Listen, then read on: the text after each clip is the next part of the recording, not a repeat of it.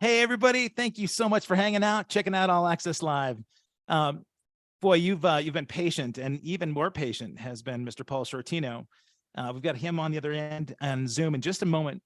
But before we get started, let me make sure that you guys know that this show is brought to you by 5 Star Guitars.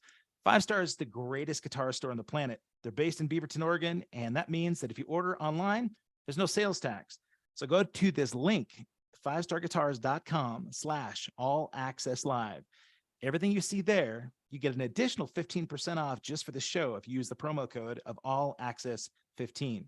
So go to 5 Star Guitars. I thank them very much for their support. And if you're watching this on anything else streaming other than YouTube, do me a favor. Like this video, subscribe to the channel, go back and look at the 265 other episodes. I've got some amazing guests, but none more impressive, I think, than Mr. Paul Shortino. So, Paul, thank you for being here, buddy.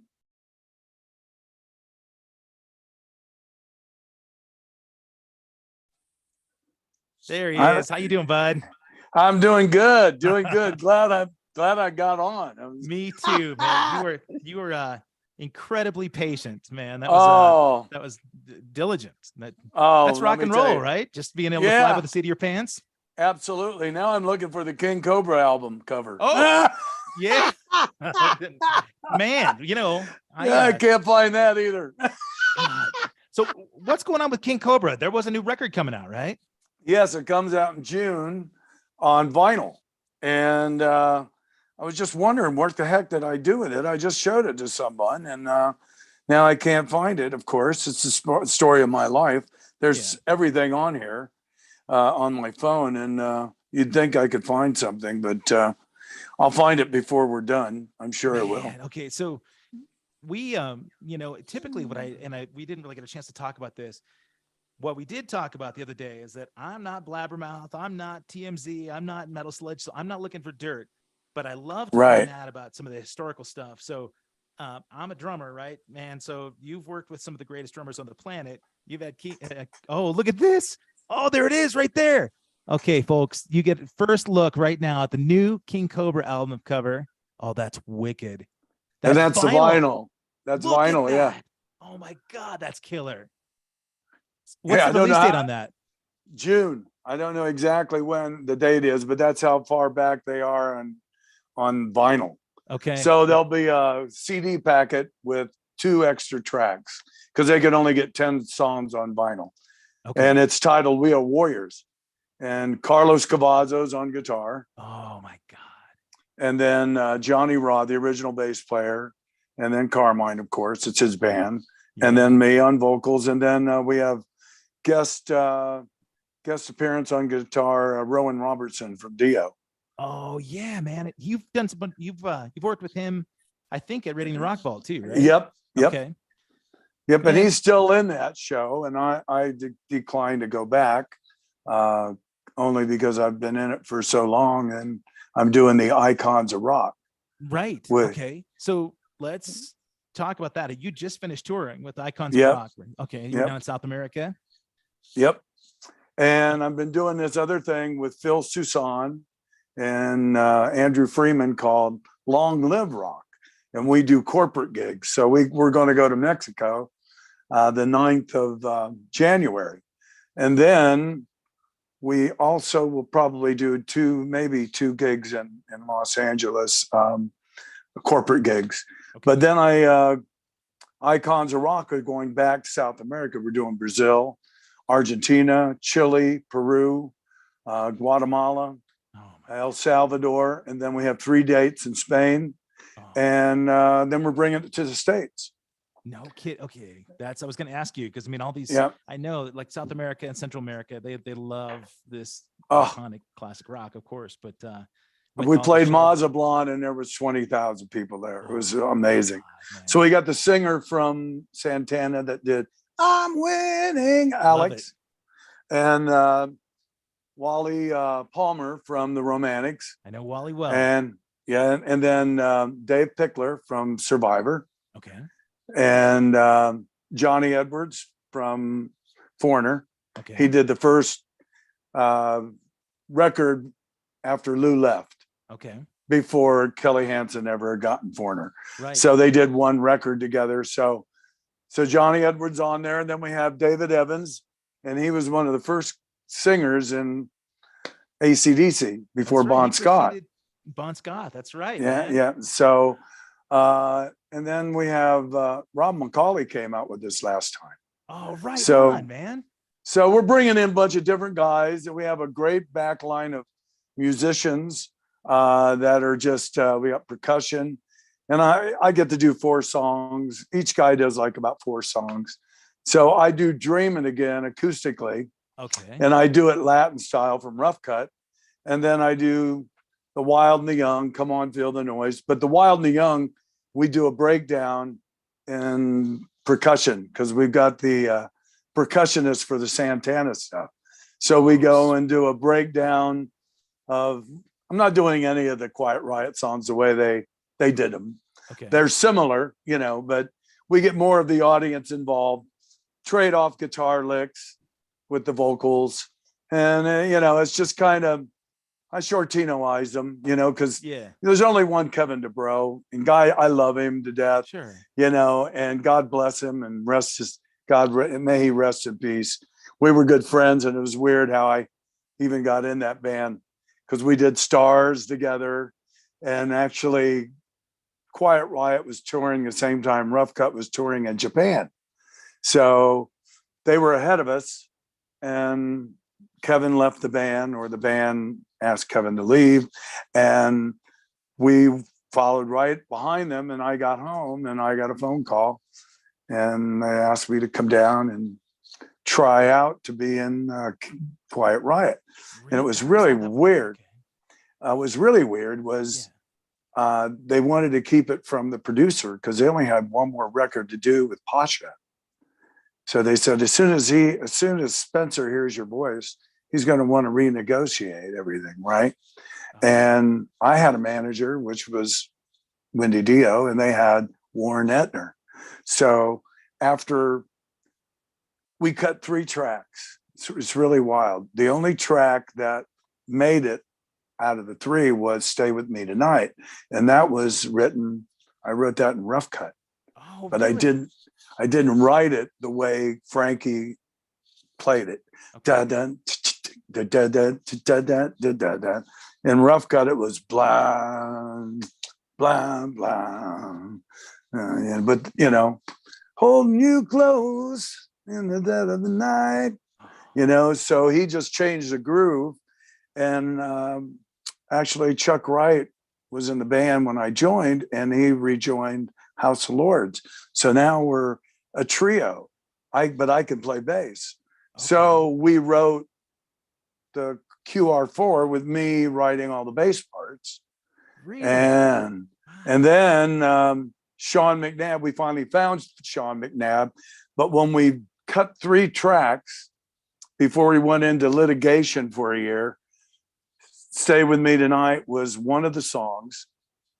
And a guy named, he was on the Arsenio Hall program at the time. And he was a bass player, and he came in and he played my parts. But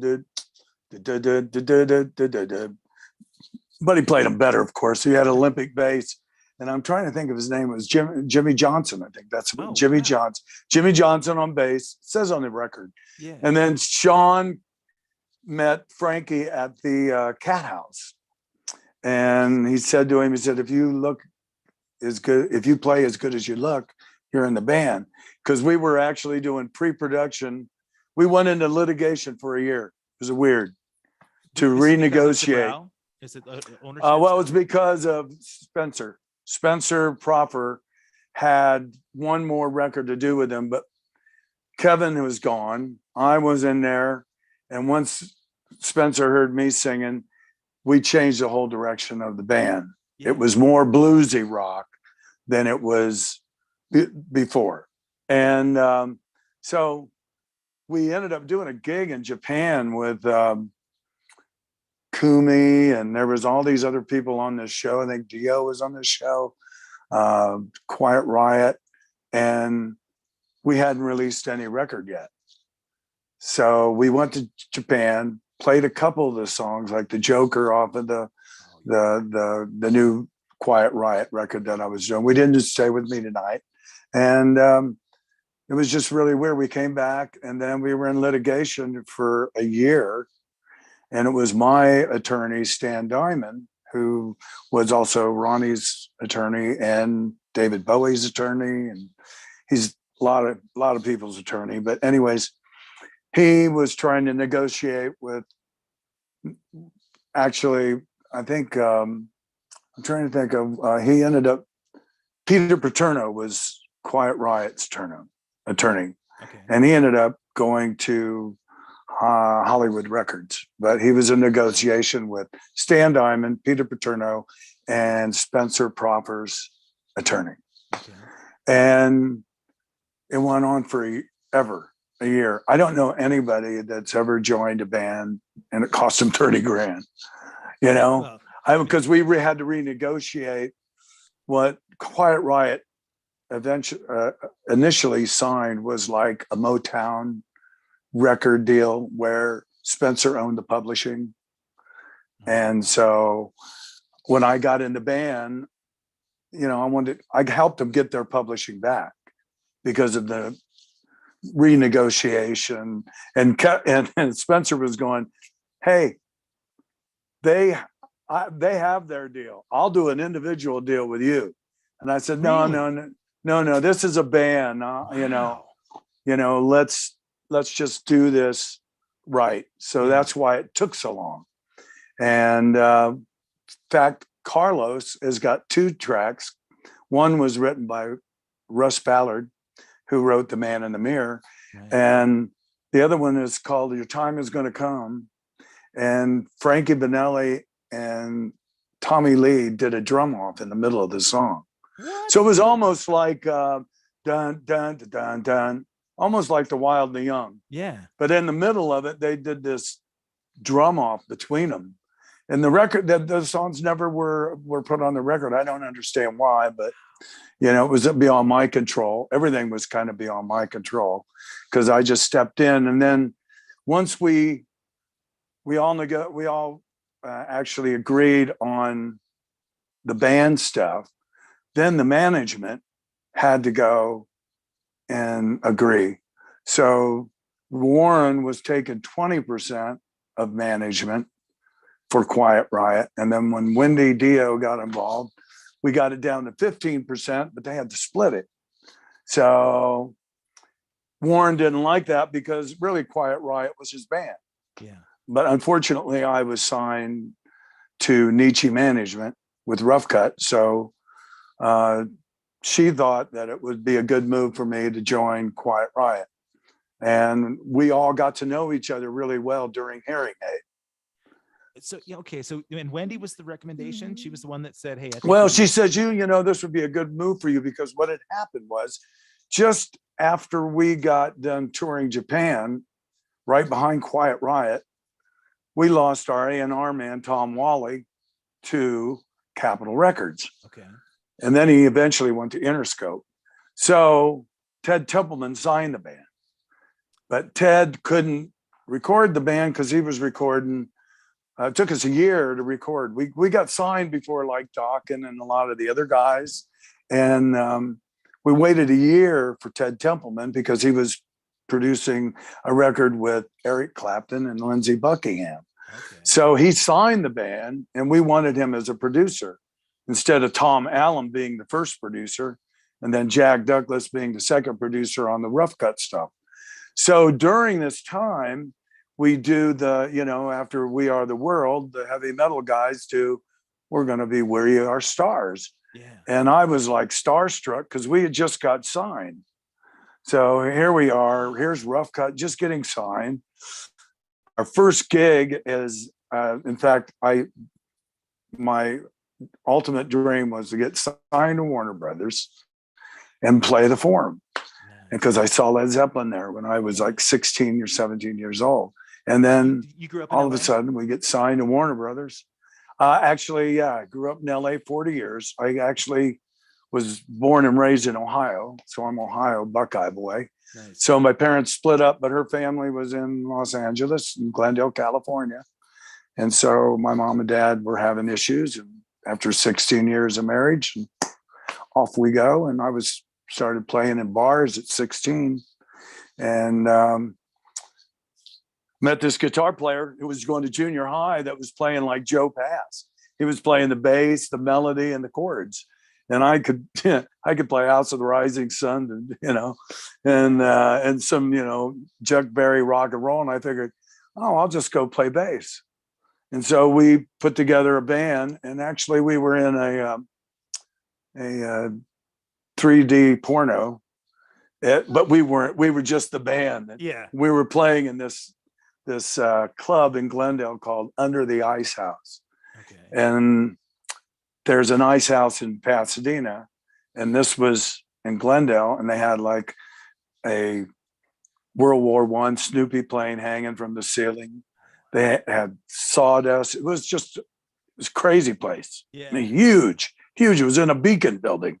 Okay. And I saw the Standells in a room above this bar that was called the Ice House. And I saw them play Dirty Water. Boom, doom, doom, doom, doom, doom. Yeah. And so anyways, we ended up, because my mom was a barmaid or actually a waitress there, we got to perform there. We ended up getting a drummer that was over 21. Okay. And next thing you know, we were asked to be in this movie called The Stewardesses. And it's in 3D. And it was at that time, this is like 1969, 68, somewhere around there, maybe 68, maybe. It was like banned from San Francisco. It would be more like an R-rated porno, soft porn. But back then it was like XXX, and they had the Pussycat Theater. So here we are, we do this, and we're playing a blues song, and these girls walk down to the bar, and this is our scene. I'm in a yellow ruffled shirt, satin, and a coat, and I got a Beatle haircut, and anyways, the funny thing about it was we got $15 a piece for the release, right? Yeah. It cost us $10 a piece to go see it at the movie theater, Oh, man. right? Yeah. And we had to go with we went with our parents. We had to go with the guitar player's parents. So his dad and his mom go in, and we got these 3D glasses, and stuff's flying out, at the screen at you. And his dad goes, I can't. There's only men in there with long coats on, So our scene is in the middle of the movie. So we have to watch almost the whole movie with his mother. Oh no. And but you told then her ahead of time, right? She knew ahead of time. oh, she knew. Okay. If we wouldn't have signed a release form, Yeah. we would have made millions because we were underage. Yeah. Right. And so after 25 years go by, my wife Carmen gets an email, or when they had MySpace instead of Facebook. On MySpace, they hit her up. We're doing a 25-year reunion of the Stewardesses. No way. And we're going to do it at the Pantages Theater, or one of those theaters. I don't remember exactly. I declined because I couldn't imagine what some of these people look like. Right.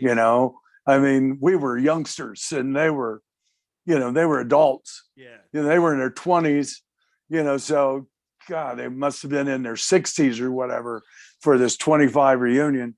But yeah, it was kind of funny. And I got a DVD of it, and they sent us a DVD of it. And it's just it's pretty lame. But I have a picture of myself out of that movie. I think I have it on my camera, on my phone, but it's so 6 months go by after the movie's out, right? And they want to finish it because they didn't finish the movie. They put it out. All it basically was stewardesses doing each other and doing the pilots. Okay. So on the plane. on the plane, off the plane, Yeah. at the hotels, wherever. So 6 months go by and they want to film more of this movie. They want to add on to it, right? A part two. Yes. Yeah. So we show up, our hair's longer, we got a different look, we're wearing different clothes, and they go, no, you got to go back and get the same clothes. Oh, no. The And I'm going, are you kidding me? I said, I don't even know where those clothes are, And so anyways, we did find some clothes that I think I did find the shirt, the yellow satin shirt with ruffles. I mean, I was a baby. I think I was 16 years old. I'm 69 now. So it's like, are you? Wow. oh my God. Yeah. Time just flies, Yeah. I'm so glad I still got my teeth, my hair, and I got my voice. Thank God. Yeah. I just was rehearsing all day with this guy. We're playing New Year's Eve together, just two guitars. And we're doing everything from "At Last, My Love Has Come Along." I got to meet Etta, so I do that. And I'm in a New York state of mind, doing just some really cool songs. "Fly Me to the Moon." And then we're doing some Allman Brothers and Journey, but just two guitars. And this guitar player is just, I'm playing rhythm, but he's like all over the place. I mean, he's just making it sound like, there's a 4-piece band. He's just an amazing guitar player. I can't believe that he hasn't made it anywhere else. So the first year I did this, which was when COVID hit, was I did it with Barry Manilow's music director. And he's a piano player, Joey Melody.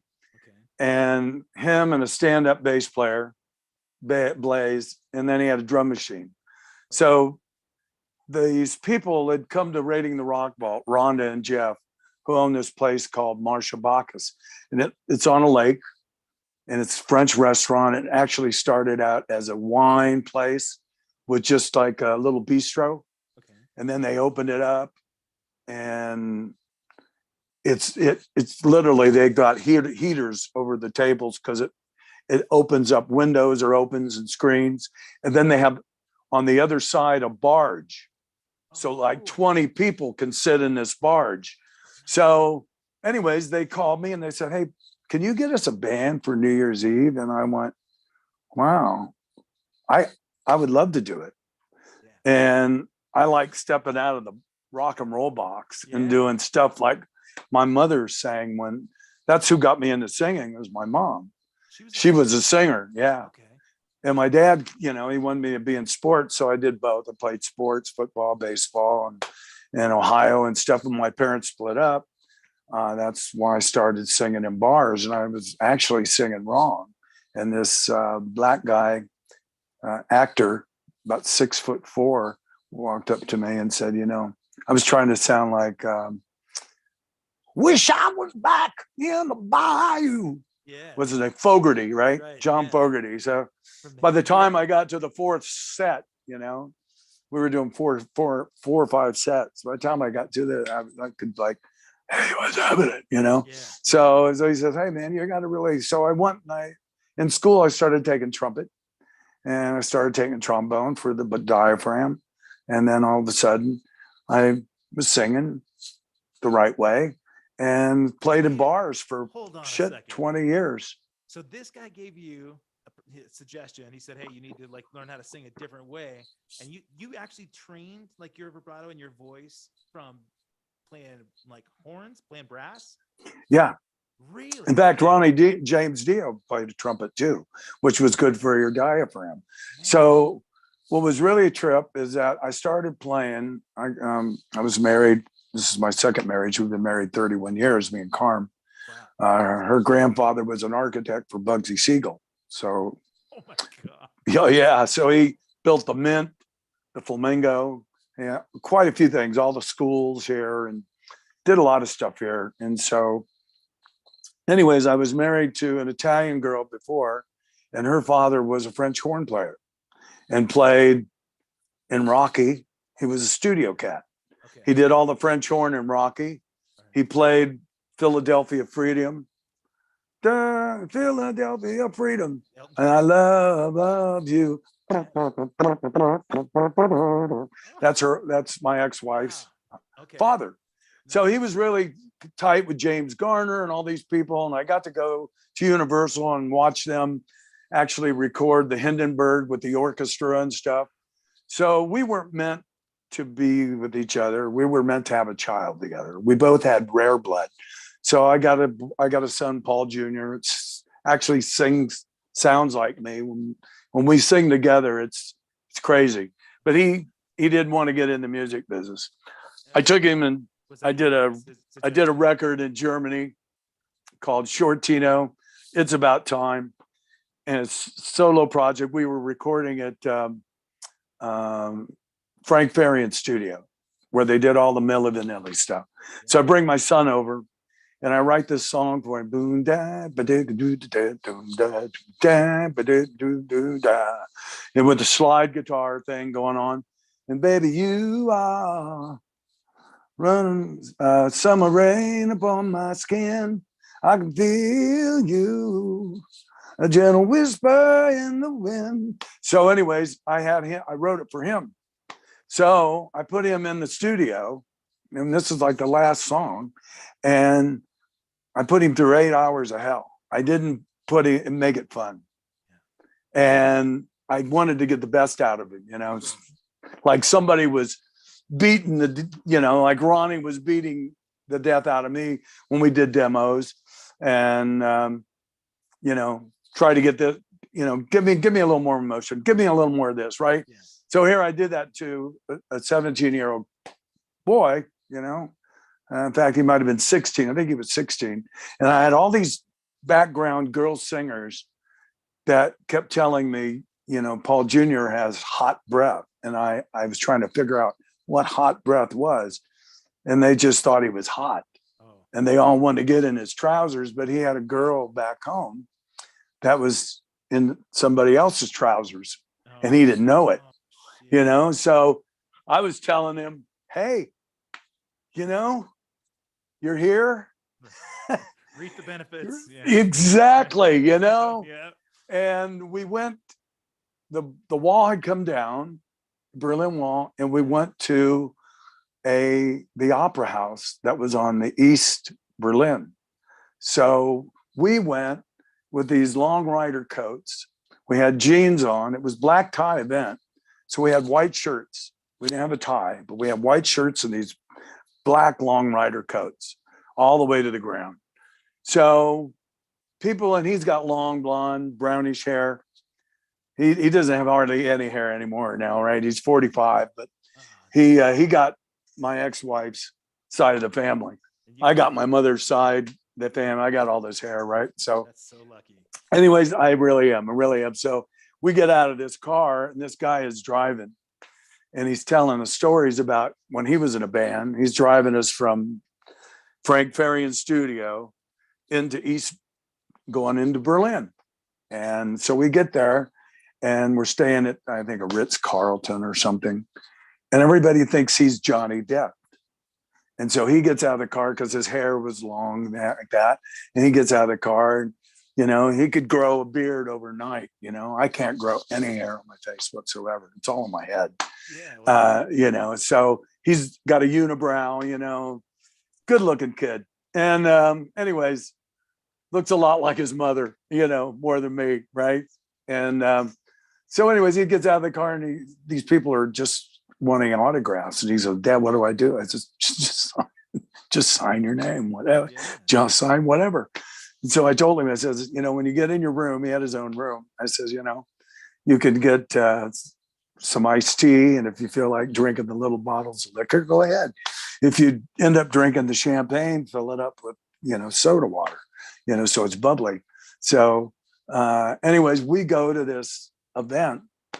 It's the first time in like 100 years or so that this opera house is open and we're supposed to perform. And so I think we're going to perform in where the orchestra is, right? And we go with this other girl the studio this Gunter, who owned the studio after he bought it from Frank Farian, he sends this Jamaican girl, and she's as beautiful as can be, and as dark as coal, and she's just gorgeous.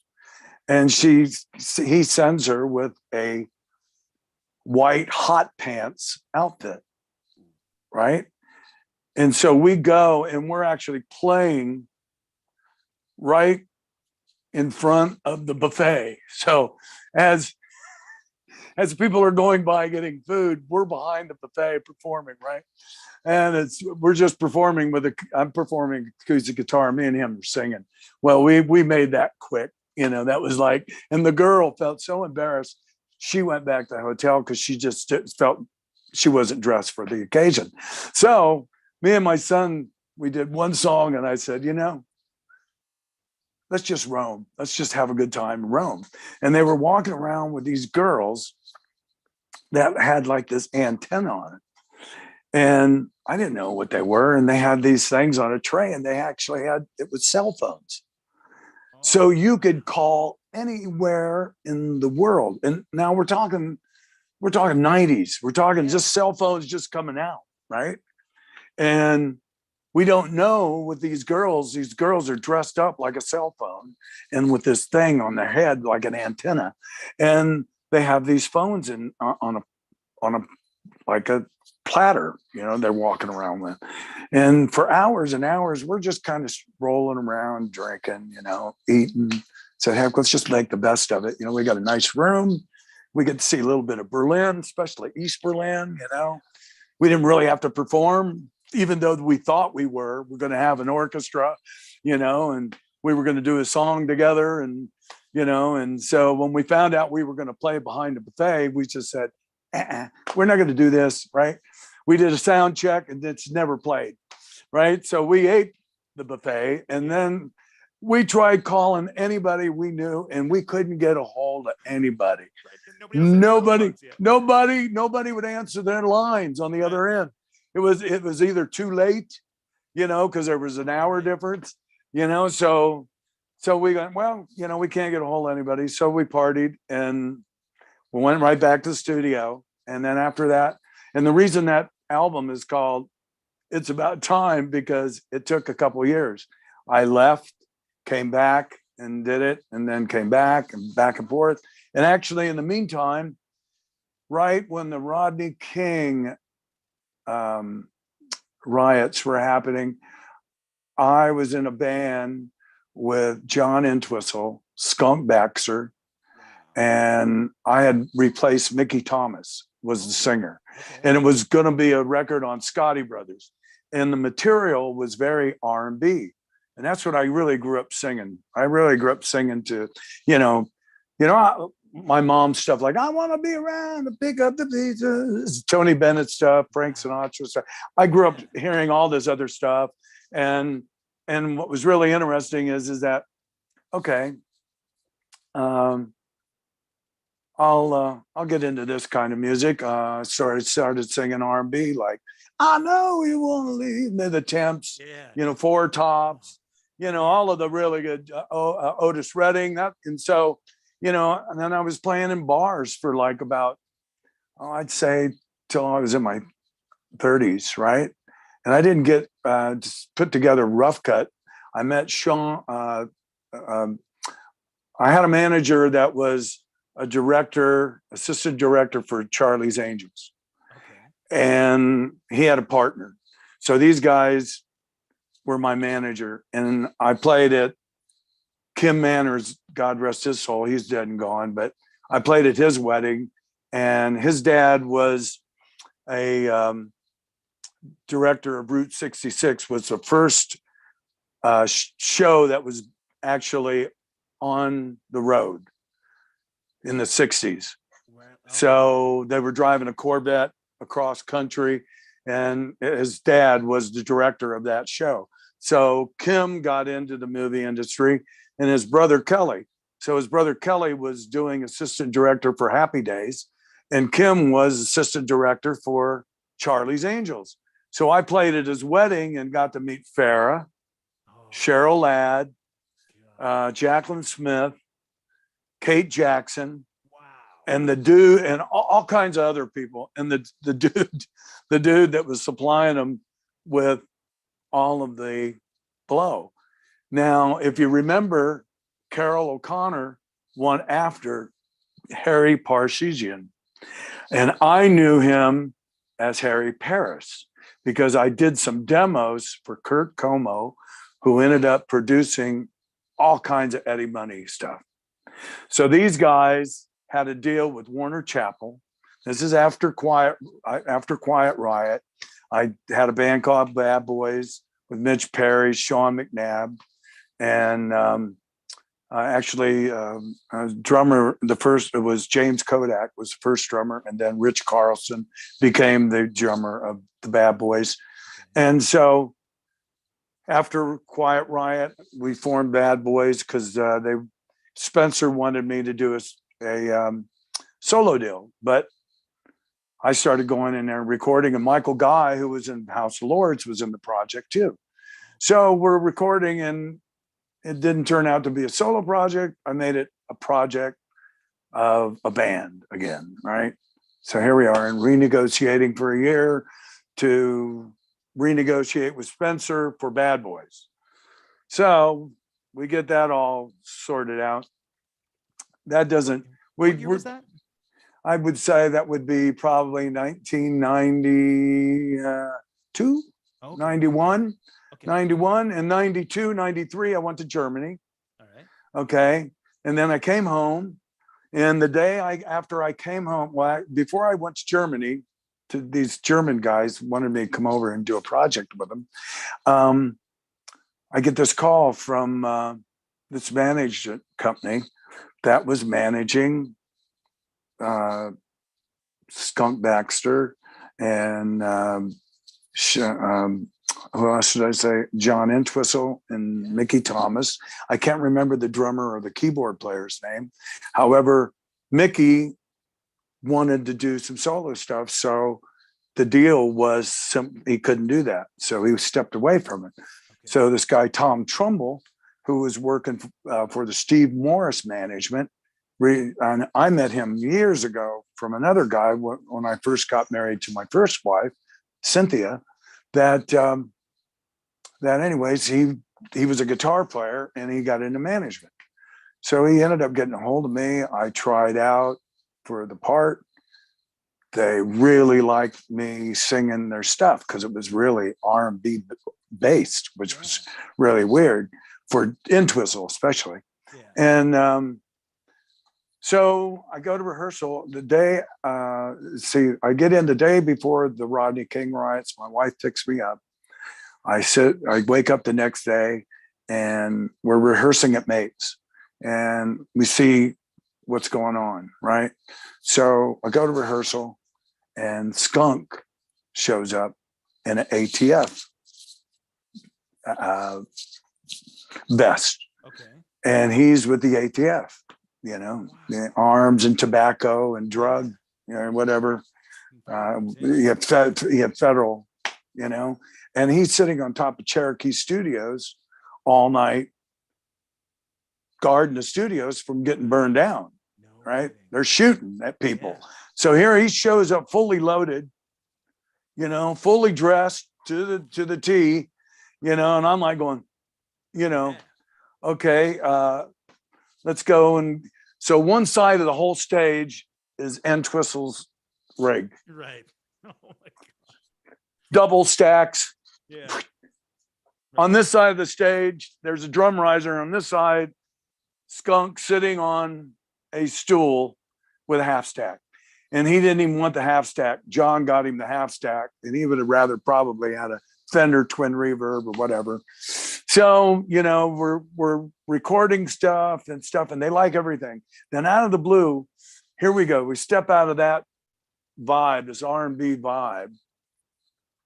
And I end up having to go back to Germany. So now they're calling me every day. Got to come back, got to come back, got to come back, got to come back. Please come back. The band wants to sit with you and kind of get to know what you are and where you're coming from. So I come back, and John throws out a song that is just too happy for me. It's It's just not me, Yeah. you know. Good song, but Sure. didn't fit my vibe, and it wasn't anything like the record that they were going to record, because it was really more in the really more in a pocket kind of stuff, right? Yeah. And this was like you know, almost like I'm trying to think of one song that would sound like, you know, na na na na na na na na na na na na na na na na. Whose song? I can't remember this. You know the I'm humming the melody. Totally. Yeah. I can't think of the song right now because I have CRS at my age. I can't remember stuff. So, but so, anyways, it didn't work out. I ended up going back to Germany and working on the record a couple times. They put me under retainer, and I was playing. Huh? You had a retainer with Bad Boys or with them? No. This was Germany. just Okay. the Germans. Okay. It was called Shortino. Oh. And so then we went out on tour with Kingdom Come. Yeah. But it was just with Lenny. It wasn't any of the other guys. Okay. And we paid to be on the tour. So I got this German band. We finished the record, and we released a live album called Book, Toured, and Released. And it had Quiet Riot, Stay With Me Tonight on there. It had some Rough Cutt stuff. And then it had some of the new stuff. And some of the new songs that we put on there were like Hell on Heels, The Lady Is a Tramp, which goes back to Harry Paris and Kurt Como. I did some demos for those guys, and they were writing songs for Aerosmith. And it was, they didn't make the track. So one of the songs was, she's hell on heels, da da da da da, you know. So it was very Aerosmith stuff. The Lady Is a Tramp, dun, dun, dun, dun, dun, dun, dun. The songs are very Aerosmithy. So seeing how the German guys didn't have a whole lot of material that they had written, I brought these songs over and said, "Hey, you want to put these songs?" So they did the songs. I got permission from them. As I'm watching TV, I see this guy, Harry Paris, who I know as Harry Paris, a songwriter, is Harry Parsegian, who Carol O'Connor is going after because he gives coke to all the people in the movie industry. And he's the same guy I met when I married my manager. So now the band is called Magic with Claude Schnell, a guy named Joey on drums, Joey Cristofanelli on bass, and I meet Dave Alford, who just left Rat. Right. And I meet him at a car wash right behind my dad's house, and he's in his Chevelle, right? Oh. And he's just sitting there, and I'm walking my dog, and I knew the chick at the Shell station because it was one of those places you could go in and get something, you know, to a snack, Cokes and whatever.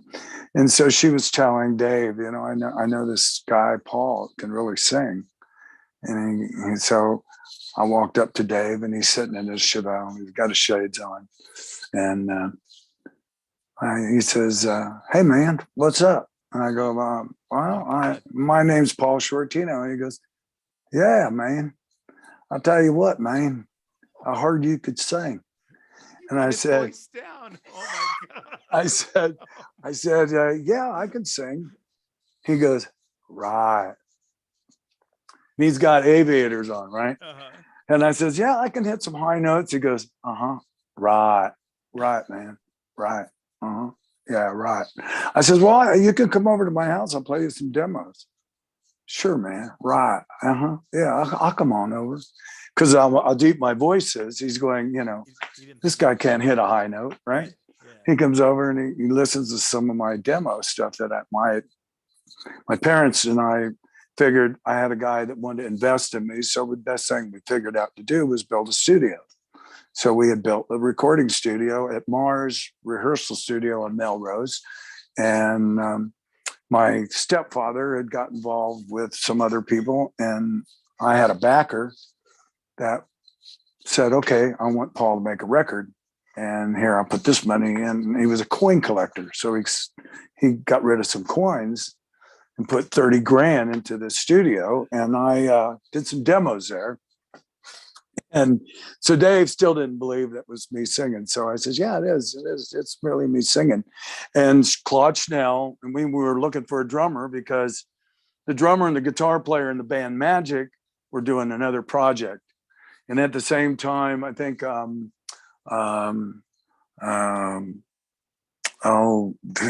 Dana Strum was in another band, and everybody was playing all the circuit. Right. Quiet Riot had moved on.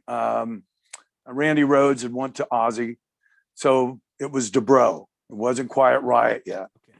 So here we are playing the circuit, and the whole scene with Wonderland goes down, where they close the Starwood, right? Yeah. So Dave brings this guitar player, his roommate, Bob DeLellis, in, and Bob's playing, and Jake, he says, man, we got to bring in Jake. And I said, God, you've got his voice. who's Jake? He says, man, Jake Lee, man, was in Riot, and he plays better than Bob, man. We got to get him in the band. So Dave didn't want to have keyboards. So anyways, so we go in with Ronnie James Dio, and we go in my studio, my parents' studio, Hold and on. we do. Wait a minute. You just keep dropping just Ronnie James Dio. I know there's a huge connection with you and Ronnie. Oh yeah. How does that come in? Like, you know, you Dave Alfred.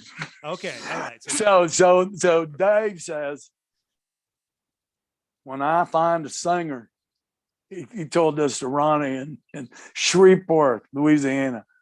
Ronnie was playing, and somehow he got backstage, and he goes, man, he says, when I find a singer, will you produce us and whatnot? So anyways, and what's really weird is I knew Wendy way before she married Ronnie.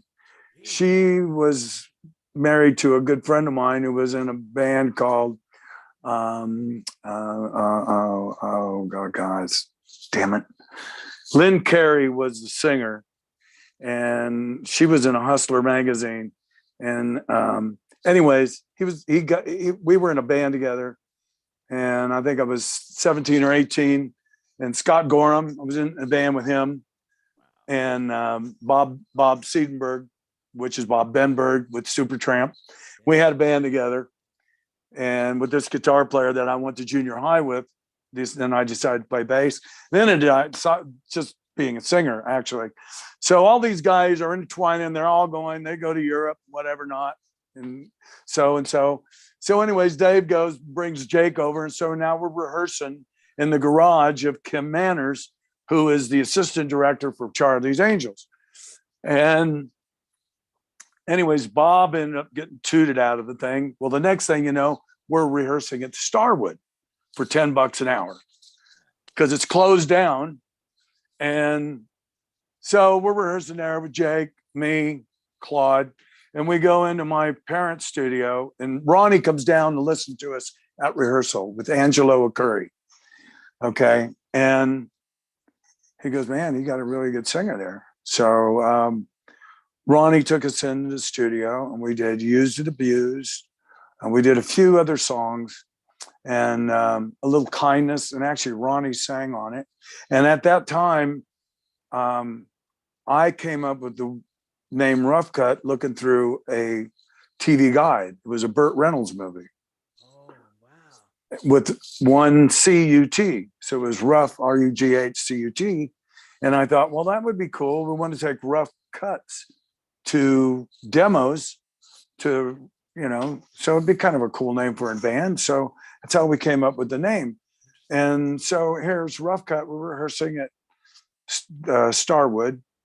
All this shit's going down with Johnny Holmes and Wonderland. That whole movie thing is going on.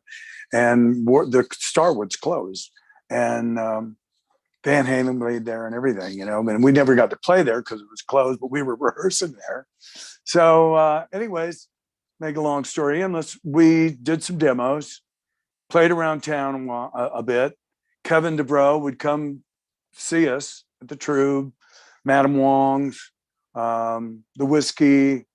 And anyways, Ronnie was producing some tracks of us at my folk studio, Fiddlers. And then we went into Sound City and did some stuff there too. And I always trusted everybody, so I always just signed contracts. And the contract that I signed with Kim Manners, who was my godfather to my son, and also was the assistant director to Charlie's Angels, they had a guy named Andy Stern, who was an attorney at, you know, I mean, every attorney does the best job they can for their client. So they owned everything that I owned. I mean, my hemorrhoids, they owned a part of, you know. If I bought a house, they had a part of. They had a part of. Thing you ever signed? Yes. Yeah. Well, no, it's a second, actually a second, because I had a song out with Mickey Dolenz's sister in 1972, and it was called on Bell Records, Follow Me. And it was 22 with a bullet on Billboard. And Vicki Lawrence, it was a 45. Vicki Lawrence came out with That's the Night That the Lights Went Out in Georgia. Well, they shelved my record. And I was doing an interview with a guy in New Jersey, and he goes, "Man, I got your first. How come you never mention your first single?" And I keep forgetting it, even talking to you. I was thinking, wow, I keep forgetting Follow Me. It was the first thing I did at 17 years old. And I had Fats Domino's drummer and all these studio cats. The producer was Snuff Garrett, who did Sonny and Cher, Liza Minnelli, Fats Domino. I mean, he did all these people, Lobo. And so when her record came out, That's the Night That the Lights Went Out in Georgia. That's the night that my lights went out with my 45. So I just interrupt you at all. No, but I'm just gonna say, but you're 17 when you put that out. Yes. And so I'm guessing because you had support from your family, right? When you got the studio together, you got a backer that sold his coins to be able to get you in the studio, and he believed you had people that really saw your potential. Yep. Was there anybody along the way that said, "Hey, by the way, you got a great voice. We want to put this stuff behind you, but here's how to protect yourself in the industry," right? That was the Dios. So anyways, Ronnie and Wendy Dio decided to take us. She was going to manage Ronnie's career. And he had one solo deal to do with Warner Brothers, which was the Holy Diver record. And so Ronnie and me and Wendy, we meet at this Chinese place on Ventura Boulevard. And I'm living with Kim, and the other manager has got a house in Redondo, or apartment in Redondo Beach, furnished completely. And I'm playing in a cover band in Redondo, and it was right next to the Red Onion. And this place now is the Cheesecake Factory, but it was called Beach Bum Bert's. And it was 2 stories, and the whole ceiling would roll open and on the weekend. And we would play brunch, and we'd play into the night. So, and the band was called Legend. We had a sax player, and so I was singing Steve Perry stuff. I was singing, Lou Gramm stuff. I was singing whatever, right? But I didn't know who Paul was yet, okay.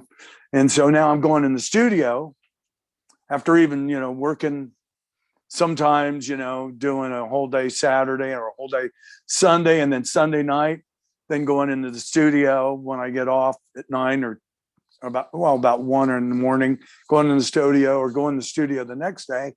And now Ronnie's coaching me, and I'm sounding like him.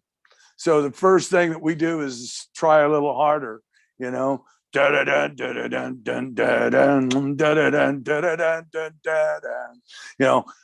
many roads must have traveled, and I'm trying, he's behind there, and I'm trying to sing like him now, right? Yeah. And I got to find Paul still, because Paul's got all these voices that he's been doing, as a cover band for years. Sure. And I stayed away from the Hollywood scene. Yeah. And then, so now we got Rough Cutt together with Jake, Claude, Dave, Jimmy Cristofanelli on bass. Okay. And that was Rough Cutt, 5-piece band. And Dave didn't want keyboards. Okay. He just hated keyboards. So eventually, Claude tried out for Hughes and Thrall. And he kind of did it behind everybody's back, which was okay, because then we went to 2 guitars. And Jake had left, got a gig with Ozzy. Yeah. So the only people left in the band was me and Mayan, Dave Alford, because Joe Cristofanelli went with Rat. So here's Rough Cutt is just me and Dave. Okay. So there was a band at the time called Sarge with Chris Hager and Matt Thorne. The Count. The Count. Right. And so their singer, Stephen St. James, got a deal with Motown. So they lost their drummer. So here we are. We asked them to join Rough Cutt. And at the same time, we wanted to have another guitar player. So we got Craig Goldie. So it was Craig Goldie, Chris Hager, Matt Thorne, and myself and Dave Alford. So now we're doing some more demos. And Craig came up with the lick on Taker. Dun, dun, dun, dun, Really? dun, dun, dun, dun, dun, dun, dun, dun, dun, dun. Chris So that- Hager. Yeah, I thought you were going to say Craig Goldie. It's Craig Goldie. Yeah. Wow. Okay. So Craig wrote most of that song, right? Yeah. And we recorded it with Ronnie in the studio. And then we put it on the album with Tom Allen, obviously. And then they gave us a song from, what was it? We are na na na na na na na na na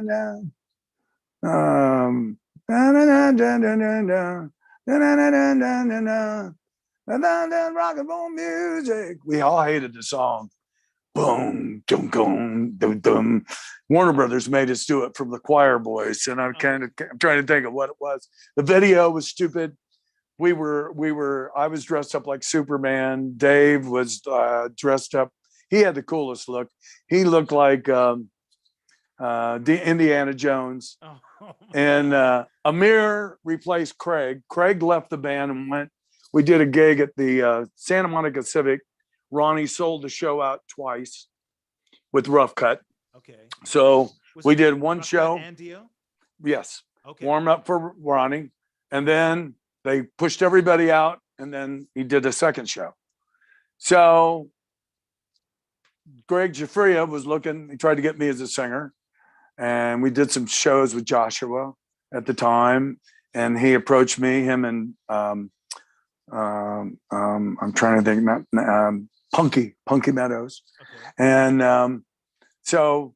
and my parents had a studio right next to Casablanca Records, where it was the old Desi Lou Studios. So I could actually hear Rainbow rehearse. I saw Angel. I saw all these people, and this is when I got my 45 was released. Okay, so it was like I was hearing these bands, and doing, Kill the King on the Rainbow. I was singing that in the club, and never met Ronnie. And now I'm working with Ronnie, and they're trying to get me out of this contract with Kim and this guy, Dennis.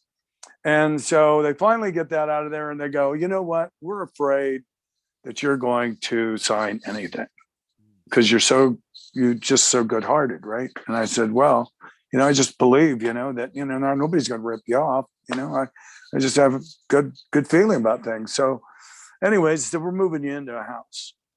So I moved in and lived with them and watched them create the whole Holy Diver thing. As we were trying to get, Wendy used Ronnie as leverage to get us in the door through Warner Brothers. And we just didn't have the right material. We just kept playing the circuit. She decided to take us to Europe and see if European label would get interested like they did with Hendrix and bring us back. And that didn't work, but we did some gigs in England. We toured with Saxon. And then actually we got signed when Amir got in the band. 2 weeks after Amir was in the band, because Craig had left, knew all the songs, and I had thrown Amir out of the dressing room. I don't know how many times before I didn't know he was a guitar player. He followed the band and he was hanging out. Okay. They all were from San Diego, so they all knew each other, And he never lets me live it down. He goes, "Yeah, you used to throw me out of the dressing room all the time. Hey, get this guy out of here." But he knew. We still threw him out after he joined the band, right? Yeah, and he just was. He was a phenomenal off the wall guitar player, and he just fit. And then we got signed, and then we did a thing in Japan, Super Rock Fest in 1989. Dio was on the list. The headliner was Sting when he did his solo project. Okay, yeah. Dio. Oh, there was so many people on that gig. On that bill. I think Foreigner was on the bill. I have it actually. I had it on tape and I put it on DVD. I'll have to send you a copy. Oh, and then when I joined Quiet Riot, we did Japan Aid, which I don't know why they needed any aid, but anyways, the people on that bill was Dio, Quiet Riot. We were in the daytime. Carlos's amp blew up, so that no solos. I was scatting. We got a guy following me. You scatted the solos? Yeah, I had to scat the solos. And we got guys on. I don't know all the lyrics to the song, so I got everything on long notebook legal pads, yellow paper. And the crew has got the first verse to "Come On, Feel the Noise" here. 3 pages over is the second part. They got everything mixed up, and not only that, they're showing it on, they're following me around on camera. Live camera, I'm sure. Carlos's amp blows up, has no lead solo shit. It's an all-day thing into the night. The headliner's James Brown. James Brown finds out they're filming it, and for 45 minutes is backstage negotiating. Foreigners on the bill. Every song sounds like you're listening to the radio. Right. It's a hit after hit after hit. See, Chester Thompson's playing with George Duke. Irene Cara's singing in front of them. And then they're playing some funky stuff. I think Stanley Clark was on bass. So you got Chester Thompson, Stanley Clark, and George Duke on keys. And I got to jam with those guys because they had a party at one of these Japanese clubs where the band had come up from the floor, and they're doing Motown stuff, and they sound just like the record, And so that it was a pretty trippy experience. The 2 times we were over there, we did these festivals, and it was supposed to go on to China, but they weren't taking anybody to China. And then we went back as Quiet Riot and did a 2-week tour with Grover Jackson. Oh, wow. Because he had sold Charvel or did a deal with Charvel. So we went, and after we did our performances at Tokyo, Osaka, and Nagoya, we went to Kyoto, and then we went to the Mount Fuji. And we actually had the geisha girls come in, and Frankie and Grover were shopping for samurai swords all the time. So they would go out and shopping. And so the promoters, Frankie Bonelli knew more about Japanese culture than some of the Japanese people that were there. So they were taking us they took us to this one place in Nagoya, and I swear it felt like we were on death row for fish. There were just tanks full of fish that fresh, and they were taking them out. And I said that night, every day, I would say, "I'll have a McDonald's double cheeseburger and fries and a Coke." Yeah. And every night we would go out and have some kind of Japanese food. And I said, "I'm not going to drink tonight." And as soon as I walked in the death row, I says, "Bring on the sake," because they brought the fish out. One was probably 2 feet long, and they had these little fishes around him, and he still was like, his mouth was open. So I was pouring sake down his mouth as we ate the meat right off of it. They skinned him. Took 3 guys to skin this fish. You know, you could see him behind there, and I'm going, bring on the sake. Man, I think, and with the geisha girls at the at Mount Fuji was really a trip, because we went up to the steaming and hot water from the volcano, and then we had dinner, and Carlos was trying to play the thing, the little Japanese, looks like a banjo, but it isn't. You know, ding, ding, dong, dong, dong. He's trying to play something on it. I think he was trying to play Metal Health on it, you know. And the girls taught us the Japanese dances: push, push, shovel, shovel, push. So we had, I think, 32 bottles of sake and about probably half of that in Sapporo, big Sapporo bottles. So we were well lit. Yeah. And then they sent in some masseuses, and I had a 90-year-old masseuse lady, I swear, and I couldn't wait for her to quit. Yeah. And I had to find my way back to the rocks, because I had this dreadful hangover. And the next morning they brought us breakfast, which was a raw egg on rice. And I Ralphed it all the way home, all the way back to Tokyo. And I bought my son Clint Eastwood gun, 44 Magnum with spring-loaded plastic bullets, right? And that year, someone had threatened the emperor. So there was security up the ass, right?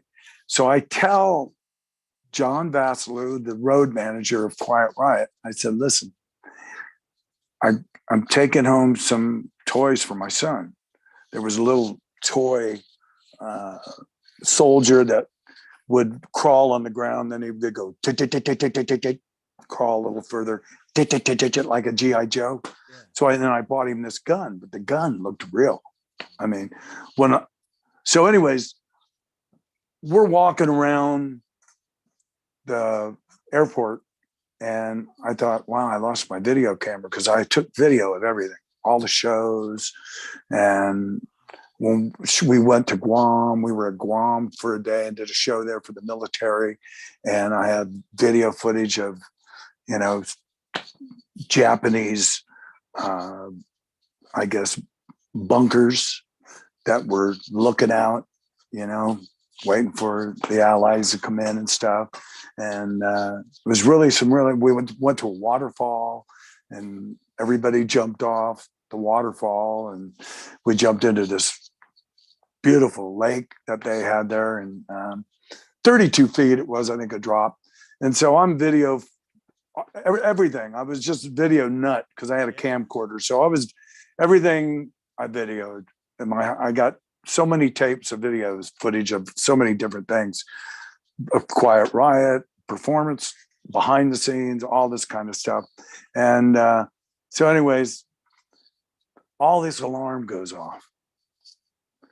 And I thought we went to eat, we went shopping. I thought I left my camcorders at one of the places we were at. Well, it wasn't. It was with the luggage. And as we're walking up, everybody's against the wall, because my bags went through and that gun came up, and it looked real. And even when you opened it up, even when the toy thing, it still looked like a real gun. Yeah. So everybody's screaming at me, and I can't hear them. Yeah. You know, the closer I get, I get it, right? How come you didn't tell? I said, I told you about the gun. I've been looking for my camera, and I see you got my camera. I'm so excited you got my camera. You know, fuck the gun. Right. You know, excuse me, screw the gun. I don't like using that word. But anyways, you're paraphrasing from that. So, anyways, they finally let us through, and Anthony, he looked Japanese, and he had one of the Japanese hats on. So they put him in the Japanese line, and he goes, no, I'm an American. So we went through customs from Guam to Japan. Then from Japan, that's where I got the thing. We're coming home, and I give the gun to my son, and he's out front playing in the front yard with it. He must be 10. And the cops come by and they saw it. They saw the gun and they told him, look at you can't be out on the street with that gun. It looks too real, you know? So he wasn't allowed to play with the gun anymore. So then, you know, I ended up doing a bunch of solo stuff and touring. We're touring with the Shortino CD. It's About Time was titled that because there's a clock on it. And I finished the record at 10 till 7 and had to be at the airport at 9 o'clock. And we had to go to Frankfurt from Saarbrücken, which was where Frank Farian's studio, which was a southwest part of Germany. And Germany was chopped up into France. Frankfurt area was American military. So the first language in Saarbrücken is French. So they didn't understand much English. And so anyways, they get me to the airport, and I go up to the lady at the desk and I say, hey, they said, we gave your seat away. They're boarding right now. You have to go right to the gate and we have to bump you up to first class. And I'm like, wow, are you kidding? How cool is that? Yeah. So I got my luggage and I run. Of course, it's the last freaking gate, right? It's B39 or something. Yeah, other side of the country almost. Yeah. And I get at the door and they take my luggage and I sit down in the seat and I go, oh man, this is awesome. I had some sleeping pills. I said, I'm not going to take anything. And at this time, we were touring with Kingdom Come. And I had just been reborn again to God and Christ. Was raised a Catholic. I'm not a practicing Catholic. I'm more of a Christian. So every gig, I would say, God bless you, read the Bible a little bit before I go in. And Lenny was calling me the God bless you man. And he would get all stressed out and I'd show up and I would be in such a great mood. And he'd go, here's the God bless you man again, you know? So I felt that God blessed me with the flight home. So don't take the sleeping pills, enjoy the ride. Yeah, absolutely. I didn't, they come around, you know, with whatever they wanted, you know, champagne, goodies. And it was like, they said, you can help yourself to whatever you want. I says, no, I don't want to be a glutton. I'll take whatever you give me. No, you can have whatever you want. I says, no, when you come around, I'll take what you can give me. And I watched Wag the Dog, The Jackal. I watched all these movies that had come out that year. And I get home and me and my wife at that time had put everything in storage because I was living in Germany for almost a year. And she came over there for 6 months. My son was living with my mother and sister. And so when I came home after touring over there and making a record, I had to get a place to live. We ended up living in a recording studio in a rehearsal studio. So we would sleep, we'd pull the rollout bed out of the couch and put it on the drum riser and sleep. And then we actually ended up having a loft over the office and sleep. And it was haunted. We called the ghost Jeremiah. And one night we had the choir for Sunday gospel at House of Blues. There's 30 people in there, one room, big room. And then we had, and then next to them was a German band called Auschwitz. I told them, you guys aren't going to get booked. Right. I mean, you're not going to get anywhere in Hollywood. They're all Jewish, you know. I mean, all the record company big guys are Jewish, you know. with a name like Auschwitz, you're not going to get anywhere, right? Yeah. So their air conditioning is next to run with the same air conditioning that room 4 is. So that room 2 and room 1 are another air conditioner. And then we got bands in those rooms, and the Germans, Auschwitz, are freezing to death. And in room 4, there's 30 gospel people in there, 30 black, beautiful people in there. And the mic goes flying across the room. One of the mics in the room goes flying across the room. It's Jedediah.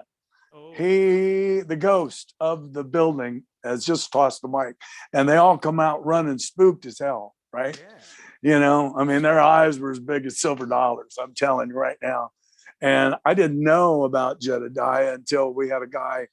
Finally, me and my wife, we moved out of the studio, and we were actually working it. And it was called Shortino's rehearsal studio. And we had a recording studio. And the guy had a 24-track tape. I think it was a Studer. And he had a nice board. And as soon as I said, I want to bring some engineers into this room that was totally made for a studio. It had floating floor, bass, bass drop, whatever. And you still there? I'm going to plug this in. Sure. Anyways, so we had a Keith Richards. We had a window going into that room. So we had these big things that from Tower Records with a big picture of Keith on it. So it hung over the window, and we made that our room. So we put a bedroom in there, took a storage locker, put our clothes in, and we had wall-to-wall carpeting in the studio room. It was really awesome. Wow. And we lived there for a while until I ended up getting us into a house. I bought a house, and we moved out of the studio. And then my wife's grandmother passed away, and we put together a Bad Boys record. And it was really weird because every Sunday night I'd play at this place called the Captain's Cabin. It was right across from Filthy McNasty's place, FM station on Lancashire and Victory. Right. And lo and behold, Matt Apps, the drummer of Government Mule, is playing with us. Mitch Perry plays sometimes, Steve Pfister plays sometimes, Sean McNabb on bass. We had a rotating bunch of people, but the place was known everywhere. When I went to Germany, people from Germany had been to that bar. And Government Mule was formed there. Alan Woody and Warren Hayes came to the Captain's Cabin after playing the Greek Theater and jammed at the club. Wow. And the place was, it was packed anyways, because everybody from FM station would come over, and I would let everybody jam. Chuck West or Chaz West, who was in Bonham, he'd come over. I'd let him set in. Phil Susan, anybody who was able to play or sing, I'd let them just get up and play. In fact, there was a place I used to jam called Bourbon Square. It was on Victory and Sepulveda, and I got Janie Lane, me playing guitar with a cigarette hanging out of my mouth when I was smoking then, and DJ Ashba with not a tattoo on him. Really? Blonde hair, long. And he goes, Paul Shortino gave me my start. He let me play, and he let me jam all the time. And it just, it was just, and finally, I got around to the Hollywood scene, but I kind of stayed away from that thing that whole scene for so long. Wow. And I don't know, I got stuck in Whittier, and nothing could be shittier than gigging in Whittier. I was playing at a place called the Roman Night, and another place called the Gold Brick, and then after hours, the Imperial Inn. And so from 9 to 2, we'd play, pack up on Friday and Saturdays, and go over to the Imperial Inn, which was a country western bar. And after hours was rock and roll. So you had country western people in there, you had hippie people in there, you had cholos in there. I mean, it was like the Twilight Zone. Yeah. And Sounds like a Tarantino everybody, movie. everybody'd go outside and get high Okay. and then come back in. Well, one night, you know, they were handing out guns. I didn't know. And I got right in the middle of it and was going to go out and, you know, smoke some weed or whatever. You know, I was eating little bennies, you know, little crosses back then when they had them. There was no way I was going to get through. And they called me Starbuck. And I was just singing, and I had my hair was out to here because I had some chick said, you need to have a perm. So it blew my hair up way out of here, and I had feathers in it. And I'd be dancing around, and we wouldn't take a break from 3 to 7, because then you could start drinking at 7 o'clock. So we'd play straight through. And I had the keyboard player who's sitting down complaining that his foot was getting tired. And I was like dancing around because I was just so buzzed. Yeah. So one night we took a break early, you know, and they were handing out guns to the bouncers and stuff, because the Mexican cholo guys were going to come. They had guns on them. And I calmed everybody down. I don't know. I went through, hey, amigos, what's up? You know, and giving hugs and stuff. And all of a sudden I diverted the whole thing. And later I found out that what they were doing.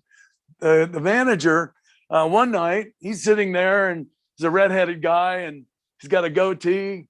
And we're going to set off some flash pods, right? And they filled them too high, too full. Oh, no. And poof, the place is packed. It held like 1,000 people, right? It was just packed, 2 sides of it. And we're behind this bar and jumping around, and these guys are sitting there, the roadies, and they're just doing this and that. And they, poof, poof, there goes. And at first the manager's standing there, and he's going, yeah, right on. And everybody else is just like trying to get out as fast as they can, because we just had smoked the whole place out where the fire department came.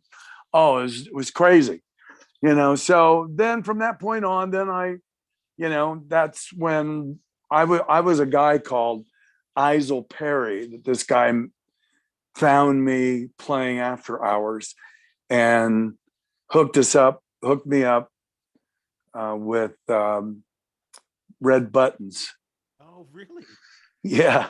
And we played a gig with so 100. I'm bouncing all around. I'm sorry. Your stories, though, I swear to God, I feel like I'm watching a Quentin Tarantino movie right now. Oh, this is a trippy event, right? So anyways, this guy's name's Woody, and he's going to manage me, and he's going to make me the new Elvis Presley of the 70s, right? This is not probably 1978, 78, 79.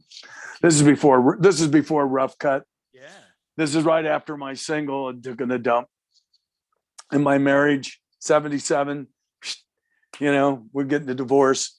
I'm losing everything. So nothing could be shittier than gigging in Whittier. And the reason I'm gigging there is because I lost everything. So, yeah. And then the marriage.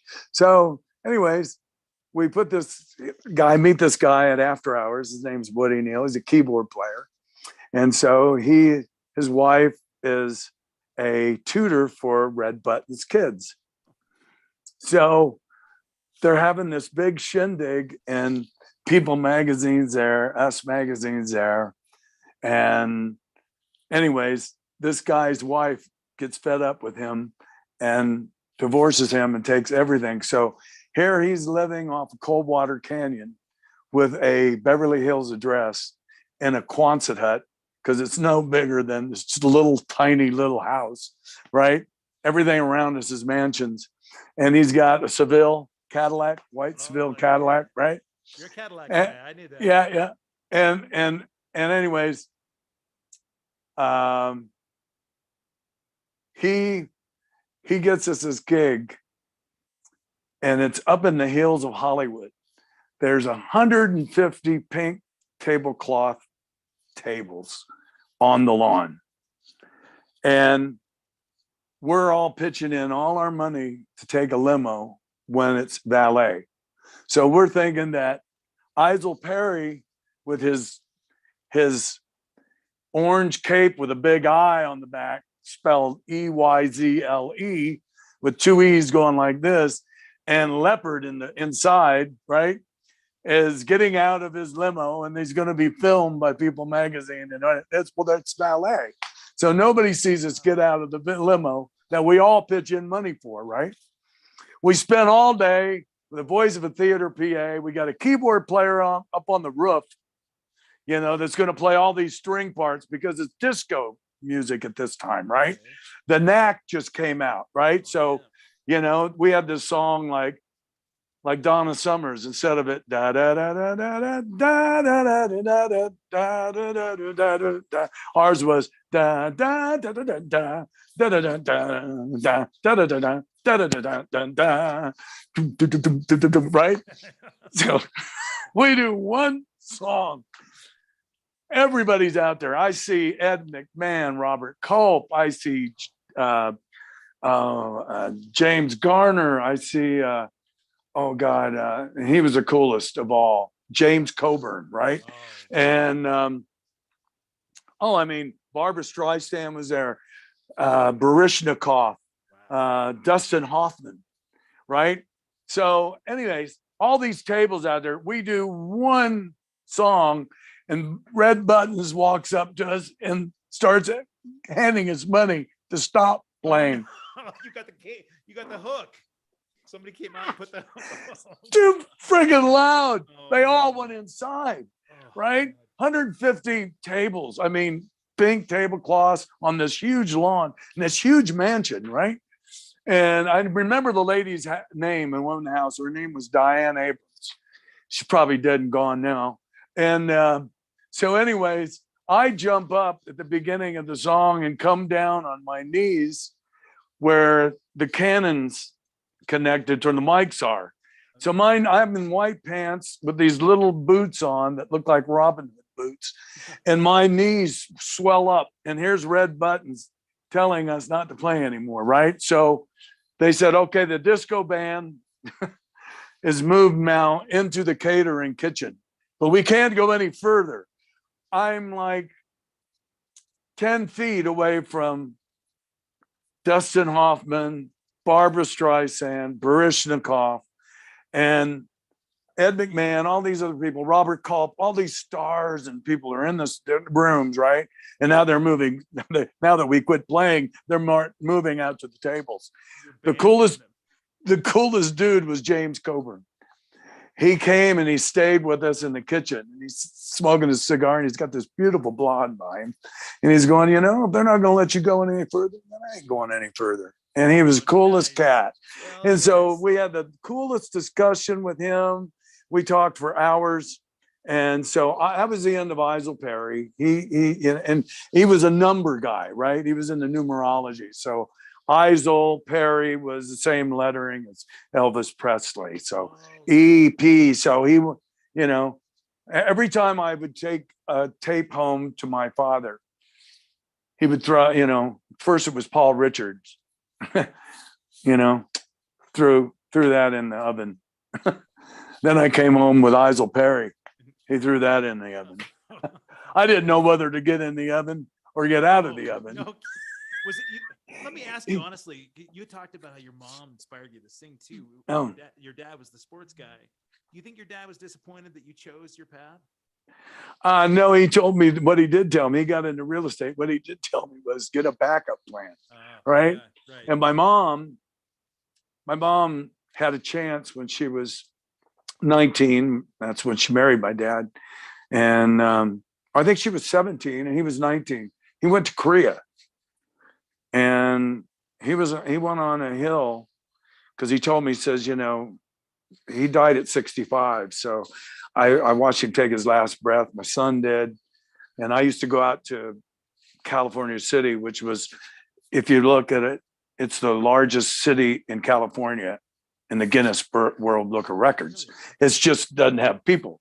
Now they got 10,000 people, but laid out, it was all laid out. Century 21 had laid it out. And my dad saw a future there. So he went out and sold land there.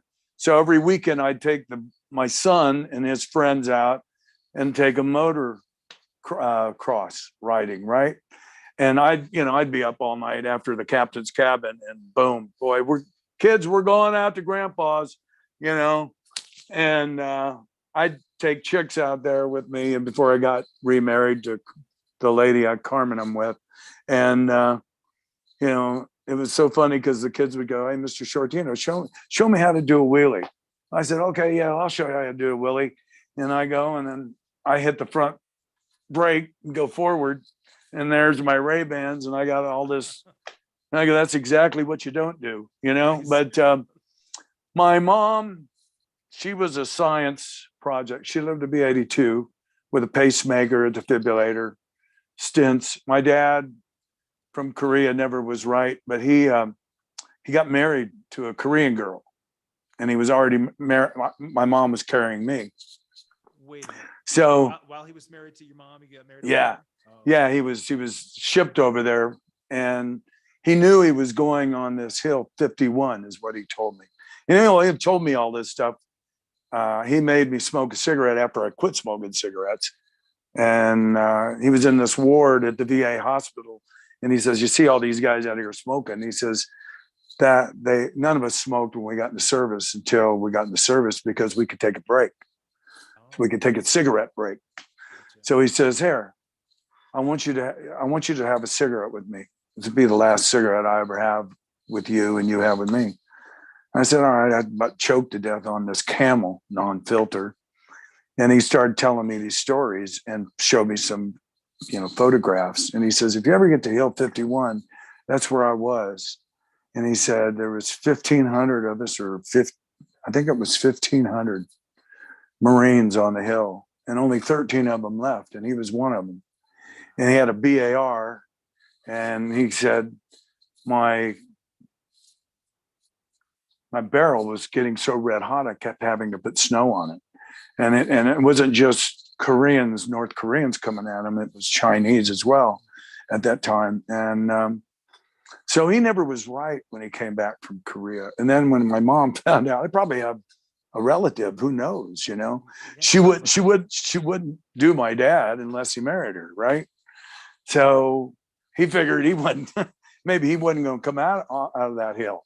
He was going into an area that was pretty hairy from what he was telling me. So, I got to see a picture of this girl, and my mom obviously found out about it. And then I dated a beautiful Japanese girl, and she hated her because it was probably of that reason, Yeah. And so anyways, my mom, I've got some video footage of her singing "Your Cheating Heart," and she's singing it a cappella that she sent me on my phone. So I'm going to put it into Pro Tools, and then I'm going to put the music behind it, and then I'm going to sing it with my mom and have my son sing it. So we have 3 generations doing it, and put it on, a single, put it out there. But she could really sing. And when she was 17 working, there was a band that wanted to take her out. She sang like Teresa Brewer, a few other younger girl singers like that. And I'm trying to think of some other ones, but Teresa Brewer comes to my mind first. But she, we were playing in this club called the Cobra in Glendale, California, and she was barmaid. And this guitar player I was telling you could play like Joe Pass. I'm playing bass. He's playing guitar. His brother's playing drums. And these biker guys come in and they take over the bar. And they want the owner of the bar to come down so they can beat the hell out of him or whatever. And this guy is called Crazy Vic. And my mom tells me they're threatening to rape her, right? And the one guy, there's 3 bikers, and we're right across the street. The club is on Glendale Boulevard and Broadway. And it's right across the street from the courthouse and the police station.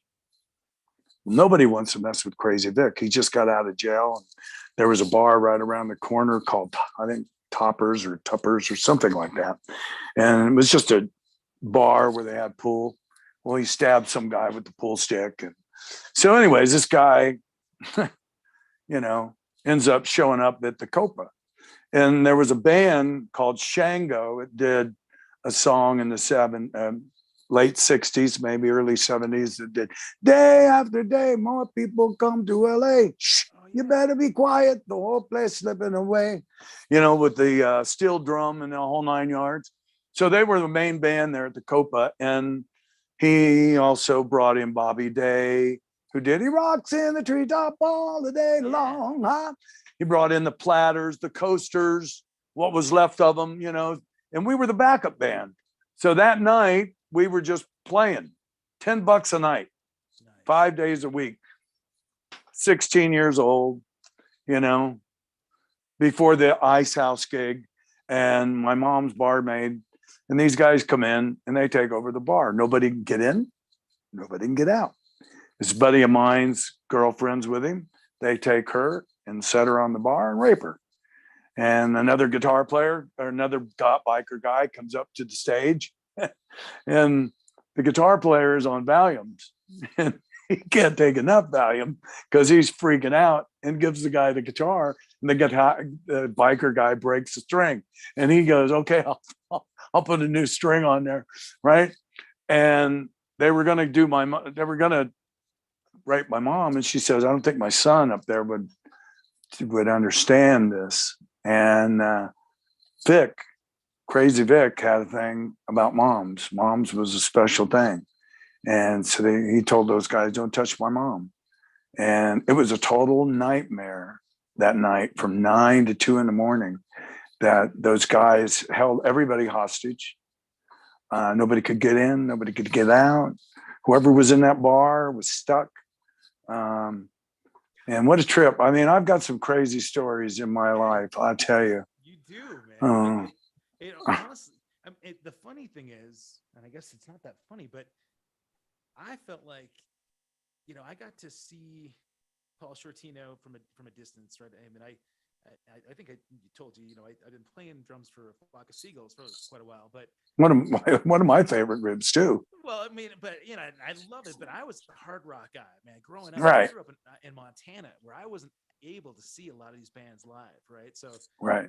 I was a huge Rough Cutt fan. I definitely, you know, I still have the vinyl of Hearing Aid, you know, so I've got stars, you know, still, and I felt like I knew the Paul Shortino Rough Cutt story a bit. I knew about the connection with Dio, of course, and I loved, you know, when you came into Quiet Riot, I thought it was such a unique sound. Your voice is really unique. I mean, it really. He made me sing differently than in Rough Cutt, on the Quiet Riot record. You know, your rasp though is I love it.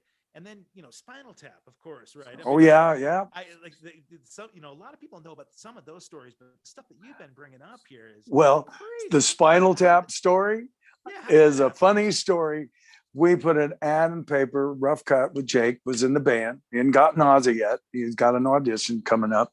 So, anyways, we put an ad out in BAM magazine, whatever the local magazines were in LA at that time. I think that was one of them. And so the casting people came to the Troubadour. We were playing the Troubadour in Saul, and asked Dave and Jake and me to show up. Well, the outfit that I wore in Spinal Tap was my own outfit. Yeah. So I showed up before they did, and casting went, and I had been on the Gong Show before. I had been on the Dating Game from my 45. Really? From the Bell Records, from the song Follow Me. So I was on the Dating Game with Jim Lang. And then I was on Sorensen and Shortino on the Gong Show twice. We never got Gong, but we never won either. So anyways, we did He Don't Love You on the Gong Show. Like I love you. We did it. Wow. And he had a voice like Bill Medley. So he had a real low voice, and I was singing the high part. And he kind of looked like Hoss Cartwright, right? And they were on doing jump shoots and these jumpsuits. So anyways, now I've been on TV and I already have my SAG card. First, I did the Taft Hartley, then I did the get SAG, and I let it expire. So, anyways, they're gonna give me my card in Spinal Tap, and how I got it was I showed up, and I was the first guy to show up before Dave or Jake. Casting and wardrobe saw me, and they said, "That's Duke Fame right there. The white jacket, the white pants, knee-high boots." Boom. I went in, talked to Rob Reiner. Boom. I had it. No script, all ad lib. All ad lib. Well, it was just, but you've never had from the beginning. And even now, I think about Raiding the Rock Vault. Whenever somebody sees you, I mean, you have the iconic rock look. I mean, you just do. Look at you sitting here on camera, now, man. You just show up. You kind of came out of the womb looking like a rock star, right? So. Well, what's funny is that now Spinal Tap comes. We're filming Spinal Tap, and I'm sitting, and we filmed it at the Burbank Holiday Inn. That scene. Wow. Paul Bennett's behind there from the Jeffersons, and Howard Hesseman's my manager that I didn't know yet, right? And we're sitting, and I'm sitting with Wendy Dio, who's my manager, and Ronnie's, because she was managing Rough Cutt, and this chick who was seeing Jackson Browne, and she got dumped for Daryl Hannah. So here I'm sitting with a manager who's married to a rock star. Rough Cutt is, I don't even think we're signed yet, or I think we're on the verge of getting signed. And a chick that has been dating Jackson Browne for God knows how long, right? The chick that's on my arm. So I'm telling Wendy, I'm going, wow, these guys are having a really bad hair day. I had no idea they were wearing wigs. So we break for lunch, right? I haven't done my scene yet. Yeah. I'm sitting next to Rob Reiner, and across from these, Harry Shearer, Michael McKeon, Christopher Guest, and Rick Parnell, a real drummer. Yeah. And so anyways, they don't have their wigs on. And I'm trying to sell Rob Reiner Rough Cutt songs. I'm trying to sell music for this. And he's going, no. We've got the songs like Big Bottom, My Girl's Got 'Em. Yeah. We got all the music, kid. I'm going, okay. I'm and I look at these guys across from me and I go, you look just like the guys that are having a bad hair day. Oh, talk about sticking your foot in your mouth, right? Oh my God. And they laughed and, they chuckled about it, right? But I felt like such an idiot. Then after lunch, they filmed my scene. And now we're on the road with Crocus and Accept. Rough Cutt's out. We got signed, we're out on the road. Wendy gets us on a bus with a Marine bus driver, and he's tough as nails, right? He's going to keep us in line. Right. So we're out in the road, and we can't get a line check, right? But they're showing Spinal Tap and all the Holiday Inns and all the Howard Johnson Hojos. Right. And on the buses, they've got the VHS, they're playing it on the bus. And so we're in Chicago, and it's Rough Cutt, Crocus, Rough Cutt, Accept, and Crocus. It looks like a sausage fest out there, right? I'm sure, yeah. Balls to the wall, right? Yeah. We can't get a line check, and all of a sudden the tour manager for Crocus, who's headlining, swings by and goes, "Are you Duke Fame in Spinal Tap?" And I said, "Yes, I am Duke Fame." He says, "Well, the guys in Crocus want to meet you. They want your autograph." And I said, you gotta be fucking kidding me, I mean, we can't even get a line check. Right. We're right up against the monitors, and then we're up against the monitors, and we got to tear down, and then Accept at least has got part of a stage. And then, the big part of the stage is Crocus, of course. Well, most of the people were there and actually, were Crocus or Accept was blowing everybody off even us off the doors, blowing the doors off the joint, So they said, hey, we better take some of these, You Keep Breaking My Heart. We need to throw that out of the set. We need to go back and get some of the faster songs that would never made the record to just play against Accept, because we were, we just, they were just, every song was balls to the wall, And so then they said they wanted to take us on their West Coast tour, warming up for them. So we ended up doing the East Coast with Crocus, Accept, and Rough Cutt, and then we went to the West Coast with just Accept and Rough Cutt warming up for Accept. And I'll never forget when we were on the Sacred Heart tour with Dio, the last gig, the best time we were ever accepted in San Francisco is at the Cow Palace. And it's the last gig. So they start taking off gear, 1 amp, 2 amps, drums. They hit me from both sides with freaking shaving cream pies, right? I'm singing and the band's falling apart because they're taking shit off the stage. And I don't know what's going on. I think, you fucking guys, get it together. And then I get pasted, and I was really kind of pissed, because it was the last show, but they do that anyways. I heard that Whitesnake did it to Motley with Flower, right? Opened up Flower. But here we are touring and stuff, and Spinal Tap has gotten me so much. I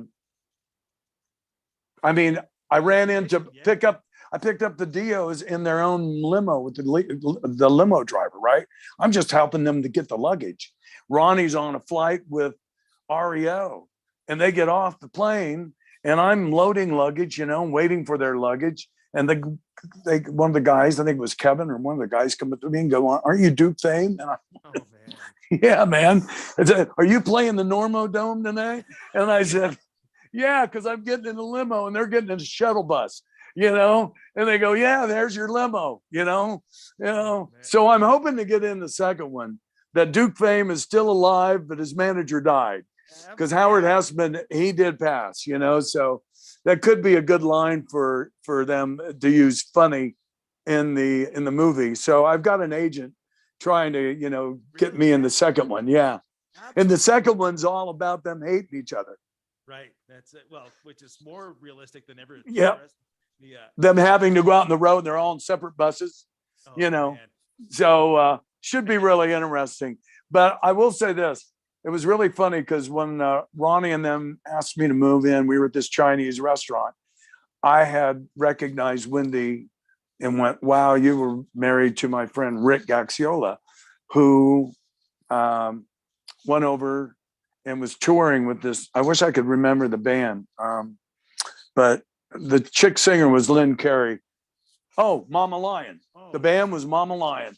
And he met Wendy, and she was at the time, she had married Ainsley Dunbar one time. Really? Yeah, when she was in her teens. And then she was dating at that time. She was dating Ian Pace. Oh my God. She met Rick, and they fell in love. And then they moved to Eagle Rock or Highland Park. And I went to a Halloween party they were throwing. And that's when I met Wendy. She must have been like 20, 21, 22 years old. And I wasn't even, I was probably 19, and I never seen her again, then until I'm sitting and we're talking about, Rough Cutt and her manager, and I go, oh, wow. And, her and Ronnie met at the Rainbow, and, the rest is history. He was an amazing guy. I was, Well, didn't she? They just were so cool. She had you pay tribute to him, right? In after he passed, didn't you sing as part of one of the? Yeah, I did. In My Life.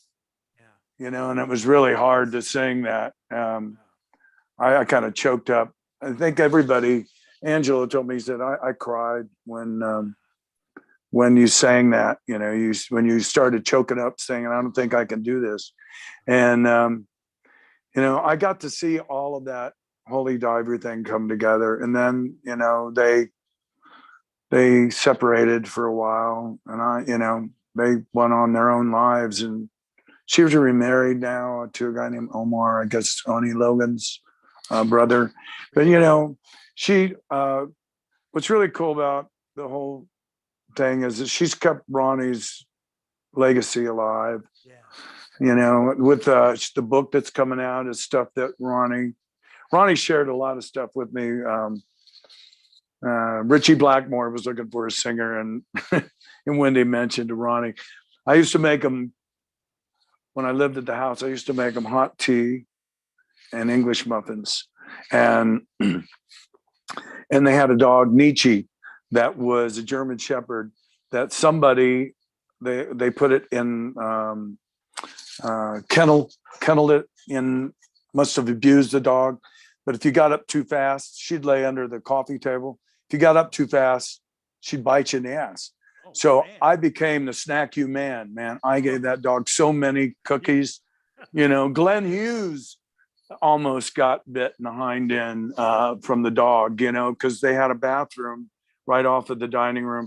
They had this really cool little house on Donna Avenue in Tarzana where we lived until he moved into his kind of like mansion, you know, with all of his armor and everything else. It was like a palace, you know, but he was just a down to earth, awesome guy. Even when we were on the road with them warming up for Dio, he gave, even Whitesnake, he gave full sound. Oh, most bands don't do that. They don't, you know, they cut back.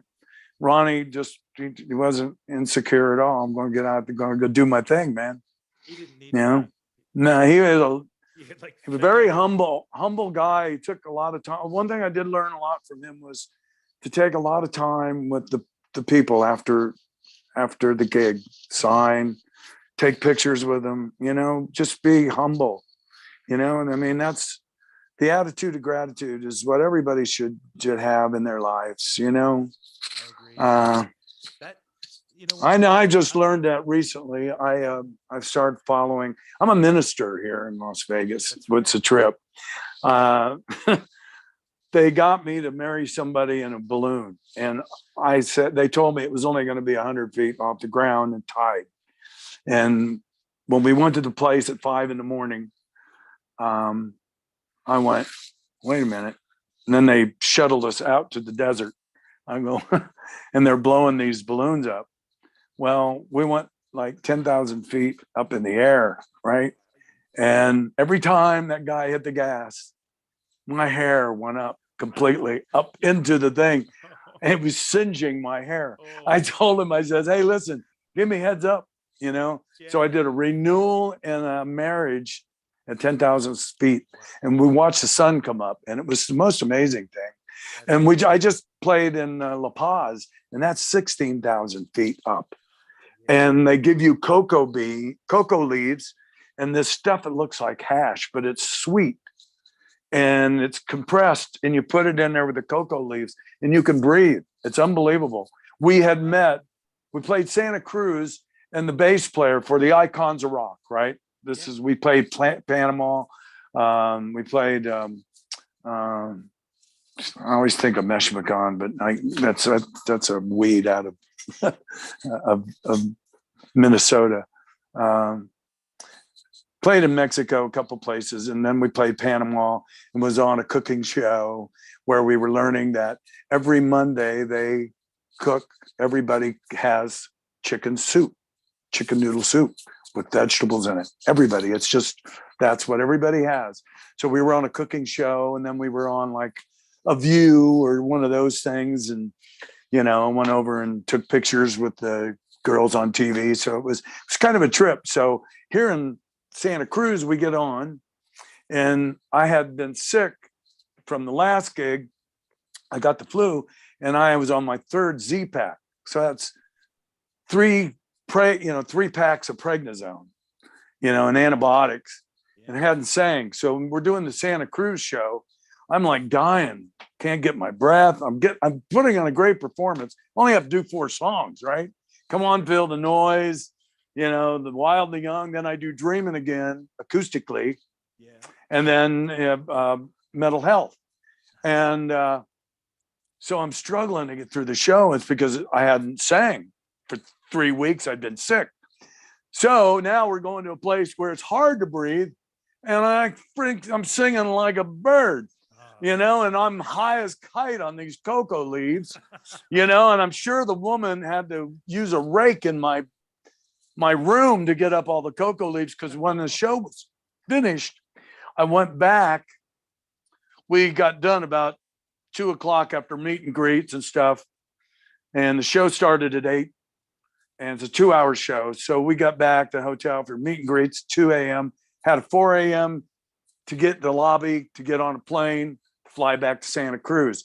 Well, from Santa Cruz to La Paz, we meet this Indian woman, and she's got cocoa leaves on her, and she's telling the guy next to me, the bass player, speaks Spanish. So they're talking, and she gives us cocoa leaves and then tells us where to get them. And I had a video, and I sent home to Carmen going, I got my cocoa leaves.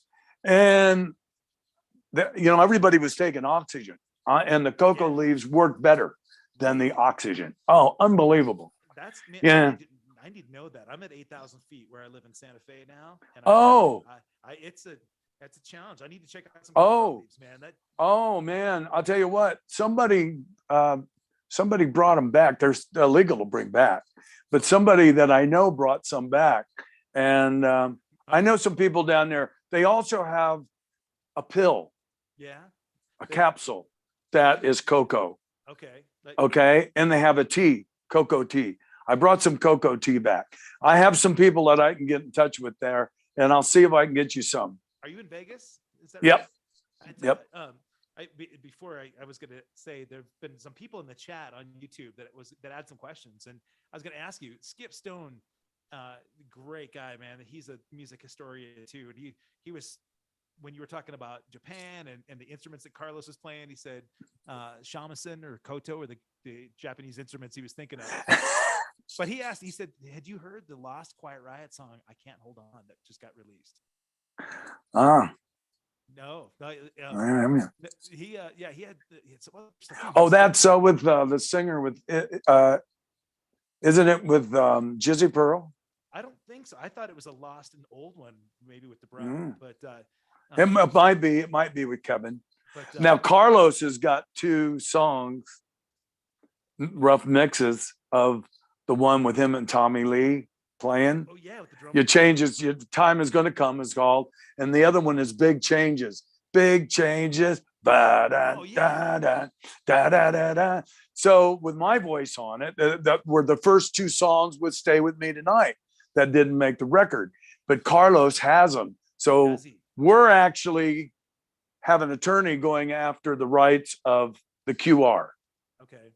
So we're going to re-release it. And Carlos has such a thing with Frankie. I mean, they left on such bad terms. Really? It's sad because Frankie released a DVD of QR of us, and we weren't aware of it. Then he released the album. We weren't aware of it, So Carlos, and it probably it goes deeper than that,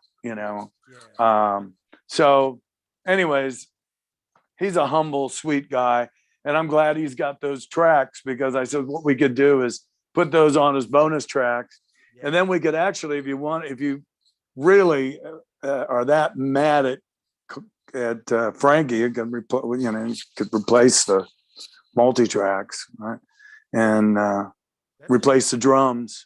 But I wouldn't really want to do that. I wouldn't want to get rid of Frankie, Maybe do a couple tracks with bring Carmine or Vinny in, and just redo the tracks with a different feel to it, and maybe do sing a little different, sing how I'm singing more now, and then how Spencer had me, because he'd be behind the glass going, and I'd have to come up with closer, closer, come a little closer. Girls like go don't bite. You know, I'd have to reinterpretate whatever he was doing, That's but where he that would, came from. Wow. yeah, Interesting. yeah. And so he would emulate things, even like Rough Cutt with Jack Douglas, Rockin' in the USA. Yeah. I came in to do my tracks, and it was more. He says Tyler scats his vocals before he comes up with his lyrics. Yeah. So Jack goes in there, and I've been waiting on him now. I show up at studio, and everybody's out for dinner, and I'm going, "Fuck, man! I want to cut. I want to sing. You know, it's my turn now. You've got all the basics done. I'm warmed up here. I'm ready to rock. You know." So I go in there, and I'm going to sing "Rock in the USA" legato, right? Yeah. And Jack goes, "Okay," and he goes out to the mic, and he goes. He says,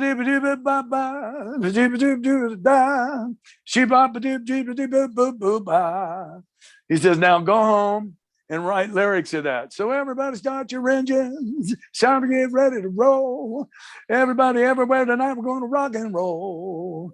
Listen to the stars and stripes tonight. We were all born here to rock, rock, rock, rock, rock the USA, you know. But I wanted to do rock, rock, rock, rock.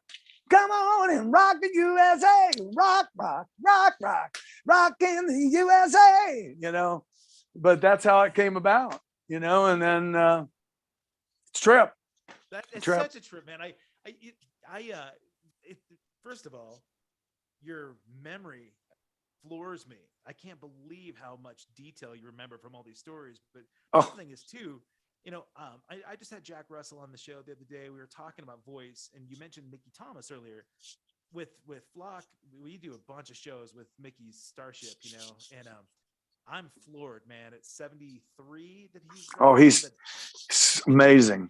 He's not lost a thing. They're singing the same key. He's got the same range. And I listen to stuff with just singing here, you know, because people can mask a lot of stuff in the studio, but anybody that watches this show that can hear you sing this. Oh, yeah. Your voice is still completely there. When I asked Jack about this, most musicians, most singers, right? You get to a point, it's not like working out, you know, like in the gym. You can do things to prepare and keep your voice in good shape. Oh, absolutely. But at some point, though, your voice, that muscle, it's going to go. I just saw, I videoed and kept it of one of my favorite singers that I forget to bring up is Tom Jones. Oh, yeah. And Tom Jones and what's her name? Cross. Allison Cross. Oh, Allison they did Cross. Yeah. They did a thing together, and man, he just still got it. He did Prince's "You Don't Have to Be Rich to Be My Girl," but he did he did his own vibe, you know. Yeah. And he still got it. And he did Delilah, you know, and he did Delilah Flamingo, you know. Really? I saw the night when the light passed through my window. Da, da, da, da. You know, I mean, he just still got it going on. But you know, I just saw Jack at the Golden Nugget, and he had been sick with a big sinus infection, right? Yeah. And I went back to see him before the show, and because Robbie Lochner did a couple songs on King Cobra. He was going to be he was going to be the second guitar player in King Cobra. We wrote a song called "Music Is a Piece of Art," and in your ear, straight to your heart. And then he wrote another chorus line to that. So, and then he wrote another song. So there's two songs on the King Cobra record that Robbie is involved with, right? Okay. So I wanted to go see Jack, you know. I know Mark. I like Mark. I filled in for Terry and Lou and did a Sweden gig, and I didn't know their songs. The best song I did was the ballad. Yeah, Save All Your Love save all your love, whatever, however it was. Yeah, But I've heard you sing that. I mean, I've seen it on YouTube. and you know, that was the best song I did out of all the songs, you know, Miss the Bone and all those songs. I didn't have enough time to really learn them and get into them, but I love ballads. So, because I'm a singer, singers love ballads. So, anyways, I wanted to go see Jack before the show. So I went back, and I know everybody at the Golden Nugget anyways. So they just let me carte blanche go back, and I knocked on the door, and Jack, he was sitting there, and he's younger than me. And I didn't know that. I'm 69. I think he's 66, going to be 66. And I said to him, I said, how you doing, bro? You know, because he's really beat up, you know. And I gave him a big hug, and I said, he goes, I don't know, man. He says, man, he says, look at you. He says, you really look good, you know. I said, well, God's really blessed me. I said, I'm very grateful. And I said, you know, I knew when to quit the drugs, you know, I did them. I wasn't really into smoking coke, but I'd like to do it up my nose, and one side of my nose got a hole in it, you know. So I said, but I quit, and I quit smoking. Like when I wanted to quit, I quit, you know. And I said, same with drinking. It's just taken me a while to figure out which ones out of the 31 years that I've been with the same woman, which ones didn't turn me into Hyde, you know. Because they used to call me Heckle and Hyde. I was a happy guy, and then she'd get the monster when I'd come home, you know. So I just decided lately, I found a drink I really like. I was just drinking white wine and maybe red wine, a glass for dinner, or beer on a hot day, and I got hooked on dirty martinis, but I don't make them like you can. I hate to taste alcohol, so they're so watered down, and there's so much olive juice in them that I can barely taste the vodka. So there might be one shot of vodka, 3 shots of water, a big thing of ice, and then a shot of olive juice. Okay. And then my wife her mom turned her on to dry sack sherry, so you do a splash of that instead of vermouth. And I got used. I could drink 3 of those and just get a little bit of buzz, you know, because it's more water than it is booze. And just recently I decided I'm not going to drink anything. I don't want to drink anything anymore.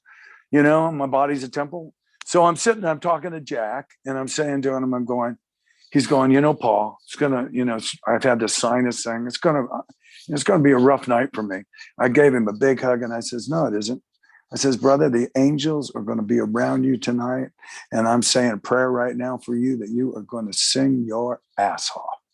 And I gave him a big hug, and we hung out, took some pictures, and he got out there and sang his ass off. Then I went back, and he says, I'm glad you were in the audience, because it made me want to sing my ass off. Yeah. And I said, you know what? You were going to do that anyways, because I had already asked God and the angels to be right there and help you get through this, because he started out a little rough because of what he was dealing with. Yeah. But then the old Jack came out. And you know what? I don't care what anybody says. Jack Russell is the voice of Great White, period. You know, just like Robert Plant's the voice of Led Zeppelin, you know, just like I'm the voice of Rough Cutt. Yeah. Kevin DeBro is the voice of Quiet Riot. Sure. They wanted to change the name of Quiet Riot 2 weeks before the release. Wanted to change it to Delinquent Dogs because it wasn't the same. You know what? I'm not Kevin. You know, I don't want to sound like Kevin. You know, I wanted to do it Paul my way, and it was tough because trying to do a little bit like Kevin and Paul together, it was a little weird doing some of the old stuff. Sure. You know. And so, you know what, that's the unique thing about bands. You always can relate them, except for Van Halen. You could always hear Van Halen from Eddie's guitar or Alex's drums. Yeah, Alex had a distinctive snare drum sound, you know? Sounds like that, yeah. No, you know? That's true, man. But everybody else, Sammy Hagar, you know that's Sammy Hagar. You know that's Sammy with Van Halen, because of the guitar work and the drums. You know, Alex had his own sound. But you know what? You go back, I saw Steve Marriott at his heyday when Bad Company was opening up for Humble Pie. I saw Brownsville Station, Leonard Skinner, James Gang with Tommy Bolin, and Slade for $10 at the Palladium in Hollywood. Man, that's history. You know, and Brownsville Station was smoking in the boys' room, you know, and Motley did it the same way, exact same way, you know, and you know, Vince, you know, he's having the greatest set of pipes, but for what he sings, it's right for the music. You know, Steve Piercy, same thing. I ran into Steve and I said, I go, Steve, how are you? I give him a big hug, you know, I love him to death. He goes, you know, you know, you're a singer. You still sing, you know, you still sing. Paul Rodgers, still, you know, Paul Rodgers was the smartest of us all because he kept in his comfort zone. Right. Yeah. You know, he knew it. I got in the studio and I wanted to show everybody what I could do. Then out on the road 6 nights, you know, it's rough on you. But Paul, just even to this day, you know, baby, when I think about you, I think about love. And when I saw him live, I went backstage and met him a couple times. I says, you know what? You're the Frank Sinatra of rock and roll. He says, man, that's the best compliment anybody's ever given me. His phrasing is unbelievable. He's a great phraser, you know?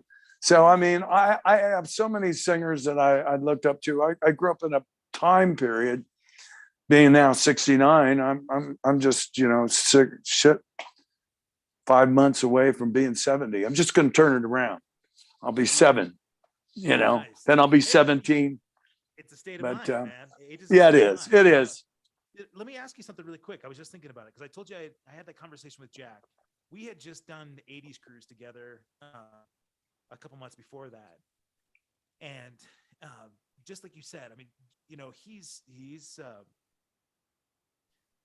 lived a lot in his life, right? Oh. The thing is, he was, I helped him get up on the stage because his hips were really. He's, right?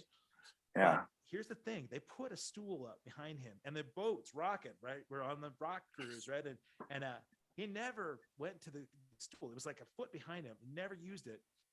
He went into this autopilot mode that I was so blown away by, man. And I have goosebumps thinking about it.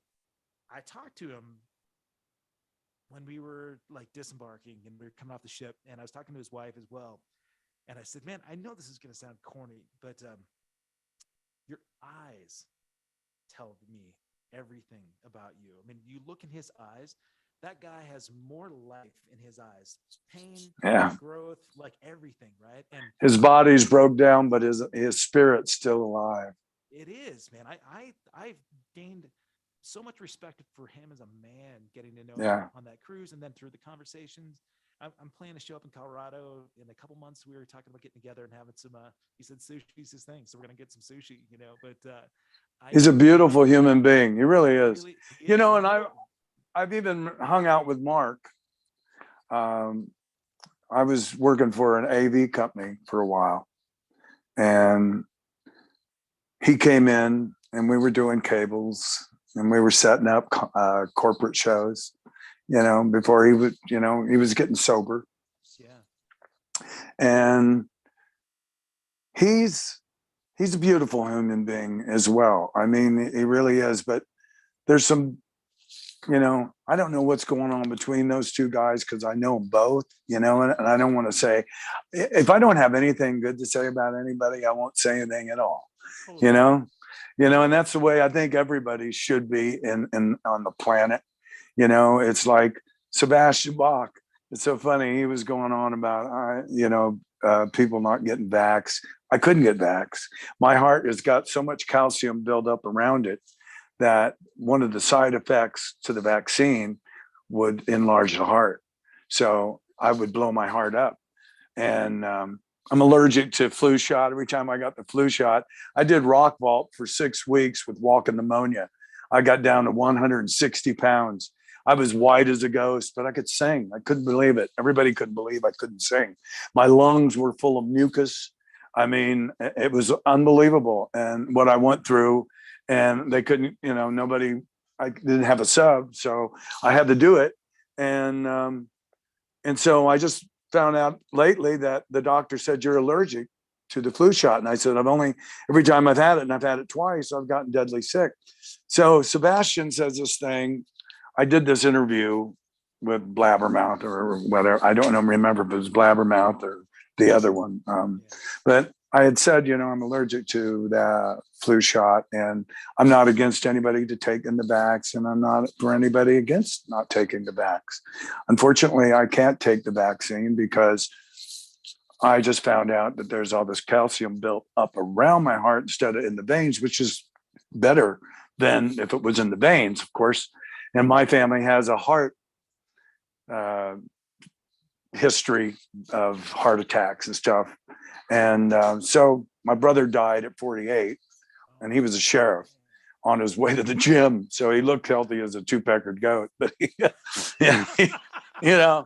before he hit the floor, he was dead, So anyways, so Phil Susan invites Sebastian over, and I didn't know he was a big fan of mine. I mean, Black Widow is his favorite song. He goes, dude. And he comes walking in, he goes, dude, I've got the promo album, because he collects vinyl. He says, would you sign this to me? And as long as, like now, they say, well, if you get the vax, you still could get COVID. So what's the point of getting the vax? Right? I mean, you can still get it if you don't get it. It's like now it's coming out that, and there's 19 different viruses in there. When I got COVID, I took ivermectin and a Z-Pack and the vitamins. Got it from a frontline. It wasn't from a horse doctor. It was a legitimate. In fact, what's interesting is there were only 19 cases in the whole continent of Africa.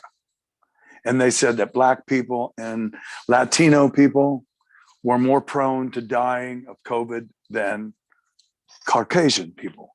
And here you've got a whole continent of Africans that they had 19 cases. Well, that's because they were taking hydrochloroquine because of malaria that goes on in that country, and ivermectin.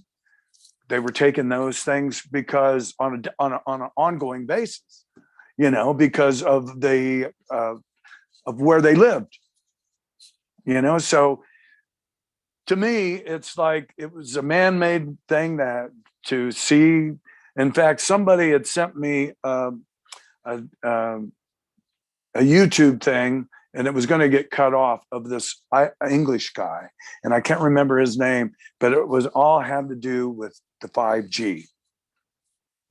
And they were going to come up with something to shut down the world so they could put 5G in.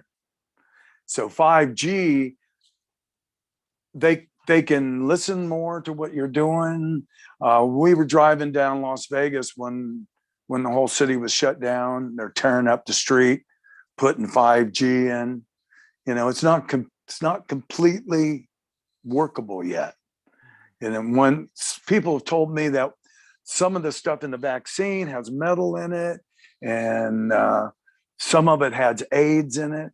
So what had happened, why there were so many people, and I've heard so many different stories from so many people, and there's so many theories and conspiracy theories that when all the people that 219,000 people died in the nursing homes, they were giving them remdesivir, and remdesivir is what was for Ebola. So there's Ebola in the COVID-19 virus. And it was really weird because John Corabi was on the road and had a year-old, before COVID shut down everything, had a year-old hand sanitation. And it was good for COVID. That's what it said on there. This is good for the coronavirus. That's what it said on there, on the hand sanitation. So to me, the COVID-19 and the COVID shot is like a flu shot. now. And I think What's the people, Sebastian Bach connection there? well, Sebastian went on to, he heard my uh, interview with, I don't know if it was Sludge or Metal Sludge. Yeah. Metal Sludge or whatever one of those was, and misunderstood what I was saying. I wasn't against anybody taking the vax, Yeah. and I wasn't for anybody taking the vax. It should be your own choice. And now they're finding out more people that have taken the vax or have gotten COVID again, and people that haven't taken the vax haven't got COVID. It was like this thing I read in my bathroom reader on George Carlin. And he said, man, we used to swim in the Hudson with the sewage.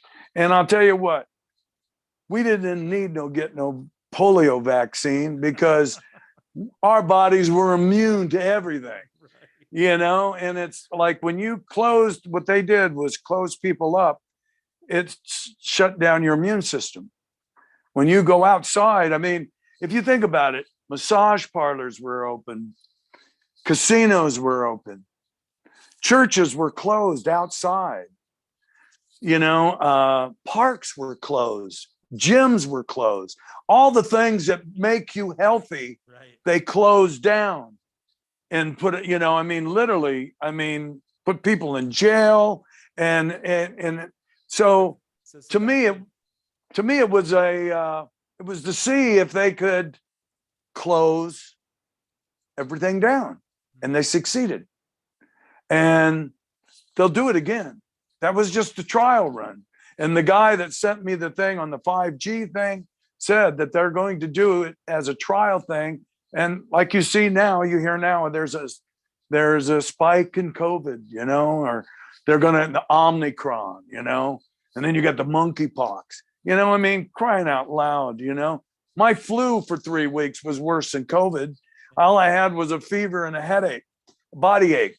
So I did what my grandmother told me to do, was take alcohol, rubbing alcohol, mix it with some ice cubes and water, and put that in there and pop some aspirins for your fever and your headache and your body aches, and killed it, and it'd bring it down right away. If you use just rubbing alcohol, it could bring your fever down so fast. If you have 102, 103 fever, you do brain damage. So you have to mix it with water. And my wife gets like 90% alcohol. She buys this rubbing alcohol. And I'll tell you, so it was him just getting buzzed, and he does that. We're good friends, and it was just really weird that he was wishing everybody that didn't get the vax that they would pass away, and that wasn't a good thing to say, because you're going to give it to somebody. You people that are unvaxxed are going to give it to people, and it's just going to keep going. But it's come out now that the people that have been vaxxed, I know people that have lost limbs right after the vax, because they got blood clots, so they took the Johnson, and so it's just it's a crazy time, man. I tell you, we are living in some times that I never expected ever. No, I don't think anybody did. But I thought your focus earlier, you were talking about the attitude of gratitude. Just being like, because so much of the stuff that you're mentioning there is so far out of our control on a daily basis, Oh, and that's the stuff I used to get wound up about, everything that was out of my control. And I'm grateful now to be able to relieve myself of some of that. Well, you know what? Put the worries on God's channel. You know what Emmanuel stands for? God is with us. So Emmanuel, even in all Christmas songs, it means God is with us. And I've got this book. Actually, I stumbled across this preacher named Dr. David Jeremiah. He's 84 years old. He beat 4th stage cancer, where they cut him from here to here. His face has not got a wrinkle on it. If I pictured God, I would picture him, but his hair would be longer because I don't know if they got any barbers in heaven.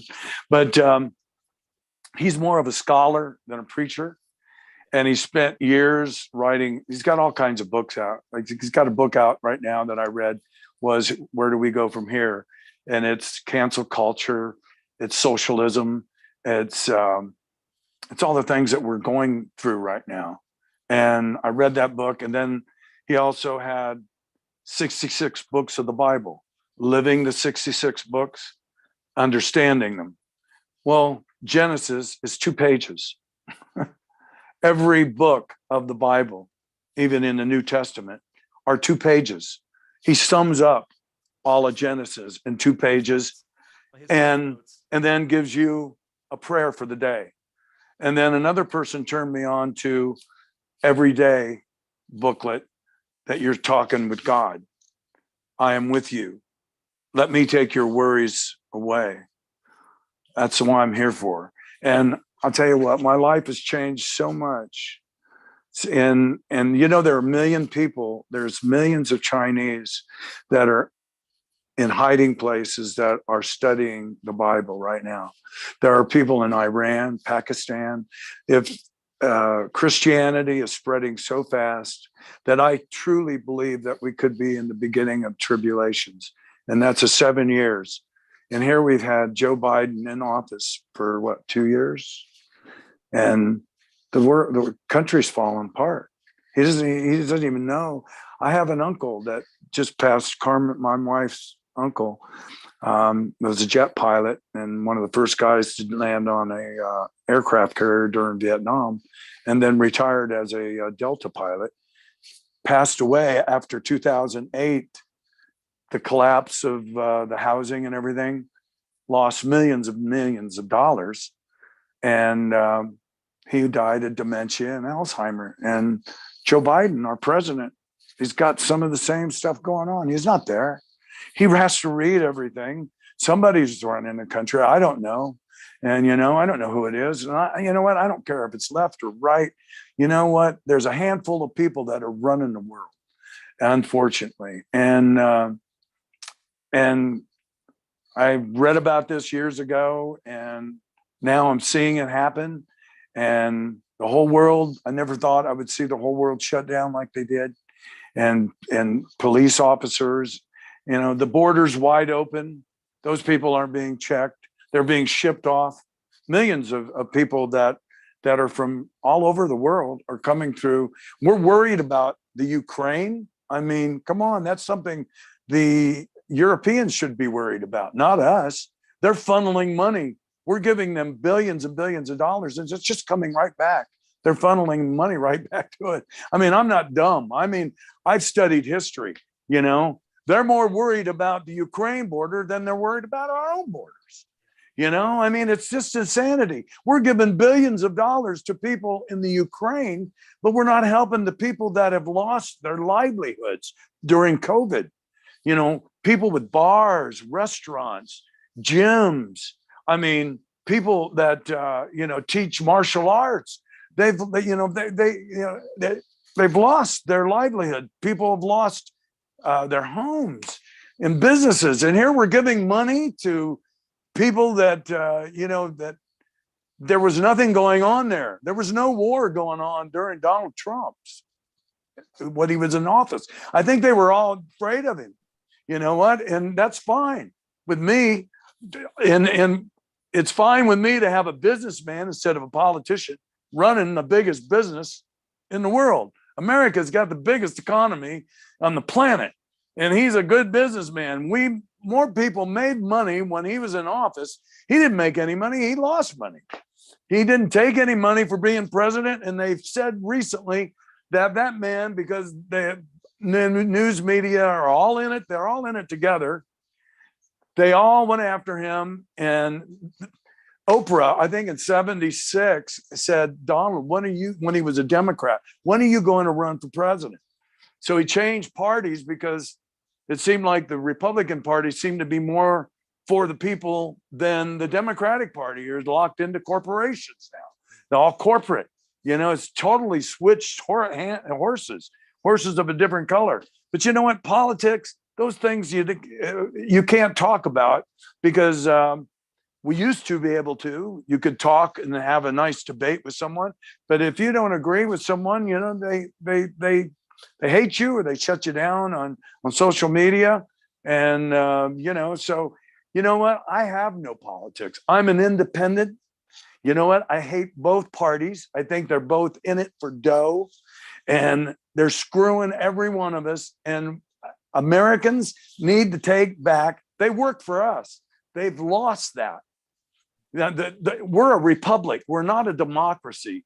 A democracy is Britain, Italy. Those are democracies. We are the only republic with a Senate, a Congress, a Senate.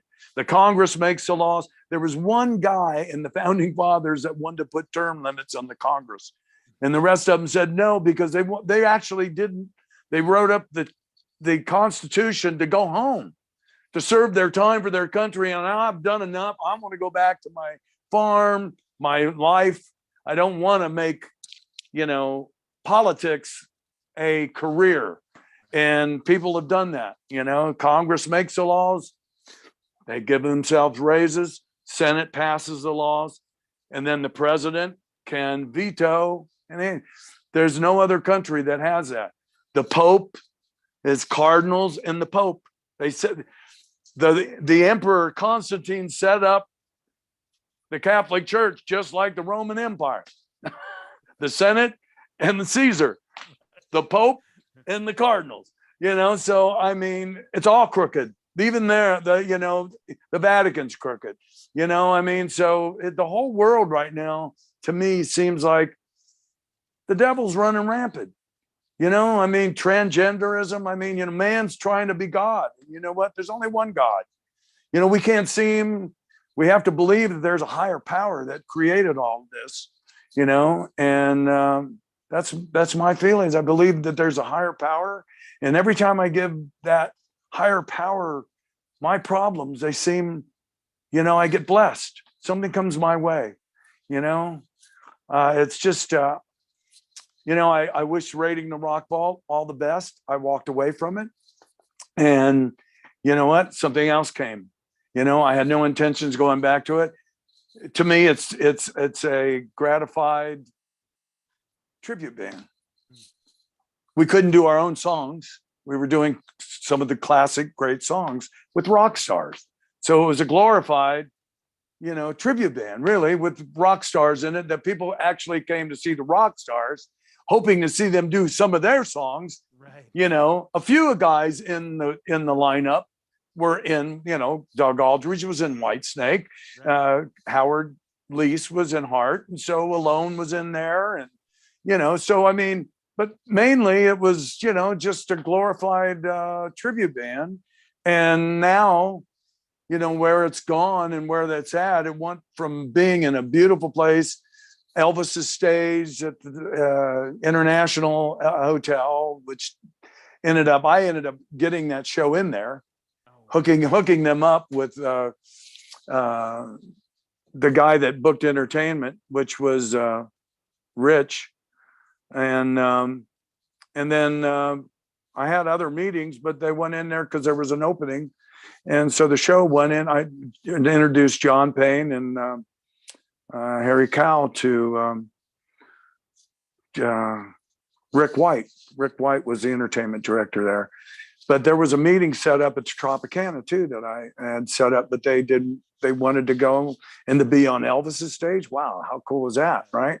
Yeah. And so, and then it went from there, and then it went to the Tropicana. From the Tropicana, it went to the Hard Rock, and then it went to a sushi bar, and then now it's an Italian restaurant. Really? Yeah, I didn't really. Well, it's in a room, but they serve Italian food, and there's no bar in it. The bar is in the Rio, is in the center bar. So people that go to the show have to go to the bar outside. So, it was like, to me, it was like, what? I saw the glorification of it. The glorification of it was we had billboards with our faces on it. We had buses wrapped with all of this cast that were in it. Howard Leese, Robin McCauley, and on. Jay Schillen, you know, I mean, everybody. And then Doug Aldridge came into the picture, and, you know, we started rotating great. And we had Lou Graham to come in with a whole choir behind the Patty Pennington choir at the, on Elvis's stage. And then we had Mickey Thomas, we had John Anderson. So, I mean, it was like, man, we were at the best time of it. And then it just went onward. And now I think it's just went onward, downward. I don't know. I wish it the best. They're supposed to go into the Hard Rock in 2025. I wish them all the best because, you know, well, that it didn't do anything but make my voice better singing 6 nights a week. It didn't do anything but bring attention to people coming from all over the country and all over the world to hopefully see Paul Shortino maybe sing something he sang or he wrote. However, to get to meet him for people that I didn't get to meet on the road when I was in Rough Cutt or Quiet Riot. And so I thank them immensely. I'm so grateful to Harry Cowell and all of the people that put that together. Paul Dexter did all of the lighting and all of the work to do with the screens, but the songs are the same because it takes so much money to change around all the video footage. You know, I think it would have been maybe a better idea to just put this album, The Doors, up there, and then they had numerous hits off their first album, not just Light My Fire, but Break On Through, you know, to put album covers up of the year. And then you could choose some songs from there without having to change all that video footage. They made it historical. This song was released by The Doors this year. And you know, Jimi Hendrix did this Watchtowers at Woodstock this day on a Monday morning. Actually, I narrated the show at the LVH after the show, after John Payne left the show. And they had to change the show around a little bit and make it shorter. So I narrated it, you know, and then it went to the Trop and I narrated it at the Trop. And then they got somebody else to narrate it at the Hard Rock. But I'm grateful for that show and I wish them all the luck in the world, you know? And it led, like you said, I mean, it led to this opportunity now. So you got Icons of Rock. You're out doing that tour on a little break for the holidays, right? And also I'm going to do cruise ships. Oh, I've got charts written up doing Mental Health and with an 8-piece band. And instead of doing the Monsters of Rock cruise, I'll go out on a cruise ship and I'll be the only show. Nice. And I've got an agent that wants me to do some shows, and then I'll do storytelling in the middle. Great. With my acoustic. I'll do some cover stuff, but it's called Rock This Way, and it's da da da da da da da da da da da featuring Paul Shortino, and I have a sizzle that I'll send it to you, and it's 30 seconds long, you know, and I'm narrating it, and it's a rock and roll experience. From we did a video of with Javier Vargas. It was Tim Bogart. Oh, cool. Javier Vargas, Bogart, and a piece featuring Shortino on Warner Brothers in Spain, and we did all cover songs. We did Beck, Bogart, and a piece song, which was Lady. And we did a video. It's on YouTube, and I got to meet Tim the first time I met him. I picked him up at the Palace Station, and we were doing the recording here in Las Vegas on tape on an SSL board. And so I picked up Tim and we were going to go have sushi. And I had a Lexus at the time. And I think Javier's in the front seat and Tim's going to get in the back seat. Well, I thought he was already in the back seat and he wasn't. And so I took off and he goes, wait a minute. You're one of those heavy metal guys that Carmine knows, aren't you? And then, you know, I got him some bud and we became best friends. Nice. And what an incredible bass player. But we did a remake. It's a long way to the top if you want to rock and roll. And we also did a Cheap Trick tune Mom is all right, Dad is all right. Surrender. But I wanted to do it. Carmine's playing it in halftime, like the levee. Nice.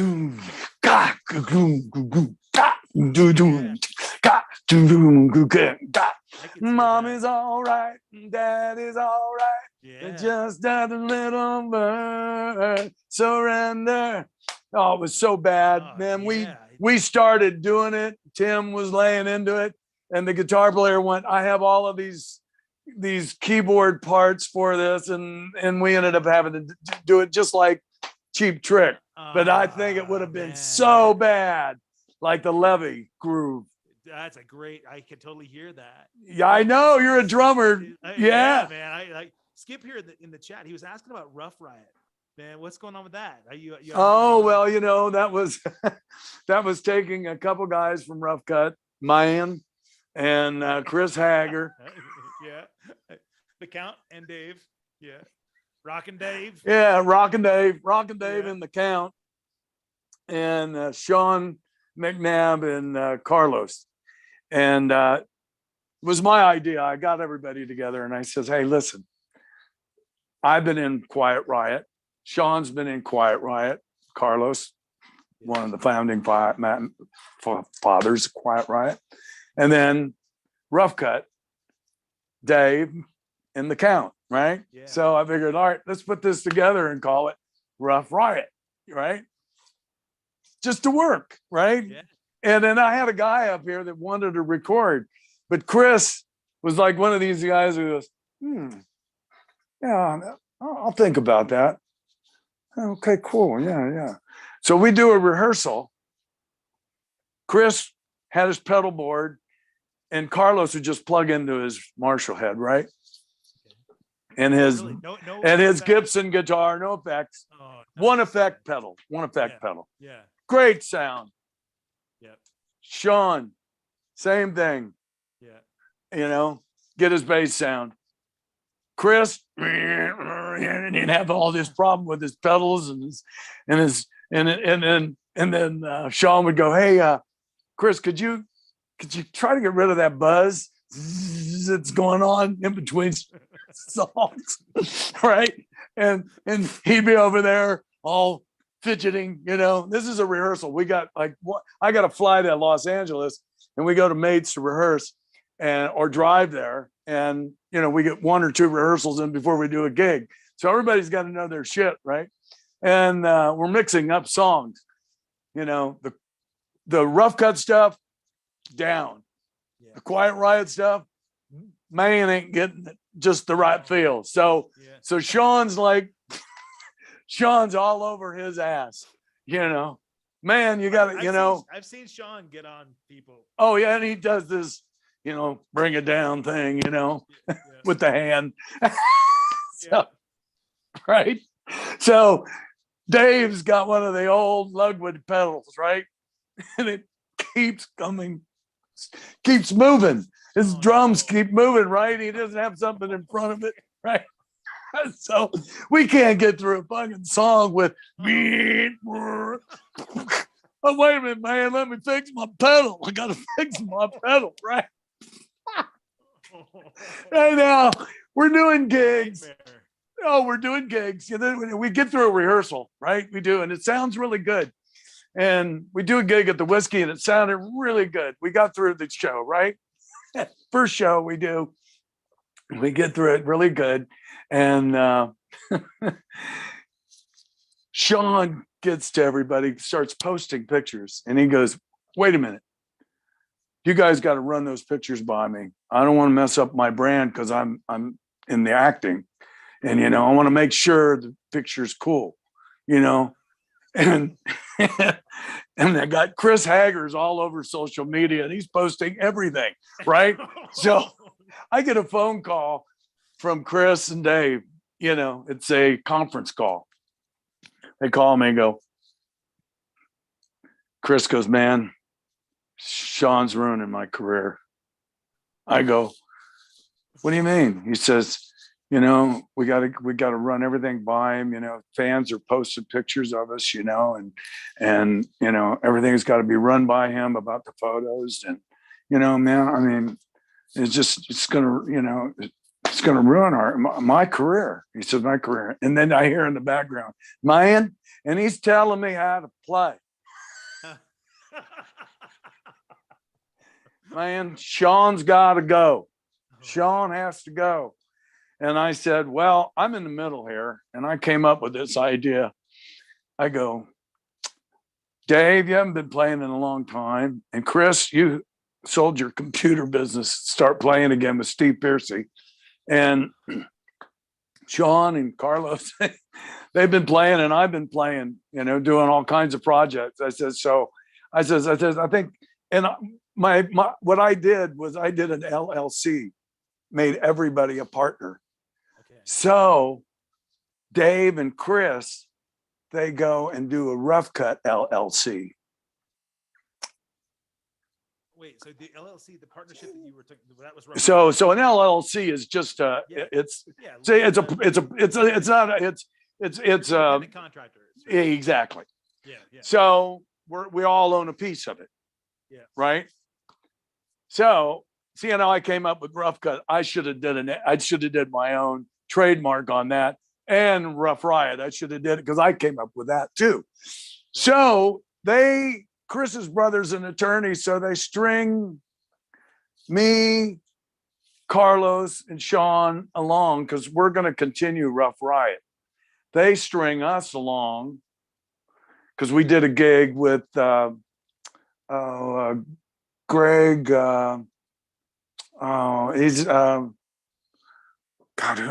He's played with Steven too. Drummer. Yes. Yeah. So we get Greg D'Angelo. We did a couple shows with him, right? So Chris and Dave are dragging this out. They're dragging this partnership thing out, right? And I did it here in Vegas because it was cheaper than LA. Okay. And I got to get them to sign off, right? So his brother keeps writing up contracts, sending them to us. So we've got to get an attorney to keep going back and forth. So while they're doing this, they're doing Rough Cutt. So they go get Steve St. James from Sarge, right, and they put a video out, Bed of Black Roses. Right.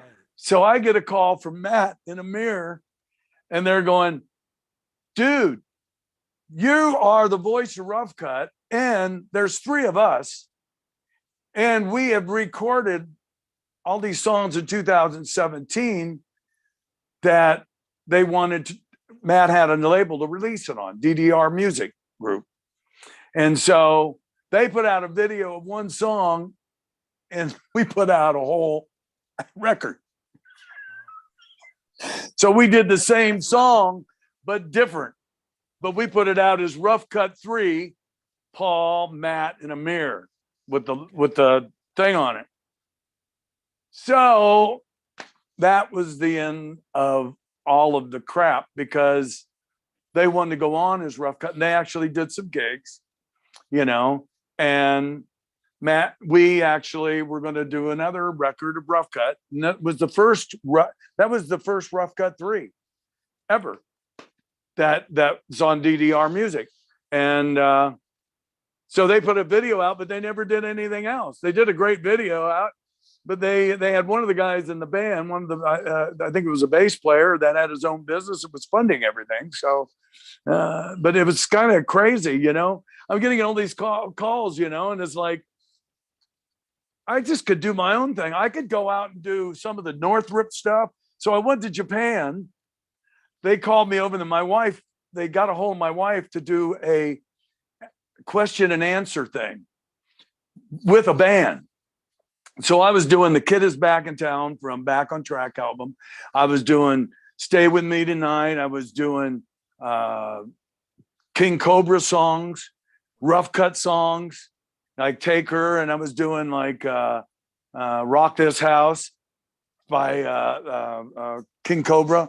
So I was doing like a conglomeration of all the stuff I've done in my career. And it was great. And we did this tour, and then, I did one gig, and then they called me back to do a tour. So I went back and I did a tour with the band, and it was like old days. They were offering me a publishing deal, offering me a record deal. I did a record deal. We did a remake of Send in the Clowns. It's on YouTube.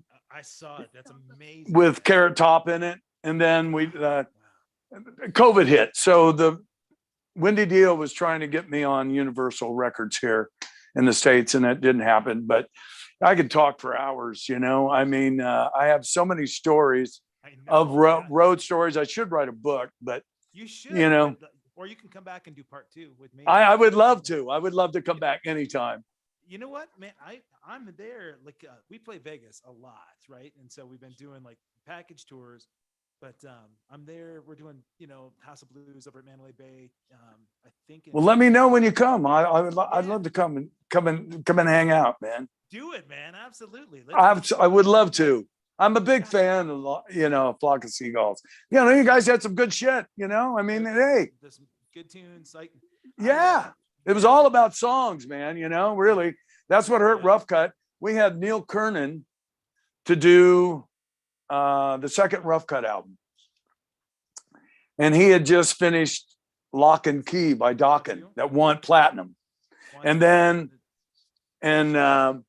so he was a songwriter, and he's telling the guys in the band, you know, we got a guy, the Counts, he was in the Alice Cooper and Judas Priest, you know, everybody was in somebody different, and Neil Kernan saw us, and he goes, "You guys got a singer like that should be singing songs like Bryan Adams, you know, getting songs like, you know, because it's similar, the rasp and the, you know, and the Paul Rodgers vibe, you know, but he had good songs, you know, and it cuts like a knife, you know, I got the shit on the voice, you know, so he's telling them you need to write good songs for the singer, you know, think of songs like the singer. Because when I did the Back on Track with Jeff Northrup, I was only going to do a couple songs. He was going to have he had everybody, different musicians on that record. He was going to have different singers. But my voice fit his stuff. He went, man, you got to do the whole record. But he wrote for a singer, you know, and like I just did a record with Tracy G, and we called it Blue Dahlia. Oh, I got to send you some of that stuff. It sounds like Gary Moore meets fucking Black Sabbath, bro. Oh, I'm telling you, it's unbelievable. There's a track on there called Sunset Blue. It's just all the pain in my life. Oh shit, I got too many songs in my head. I'll send you the track.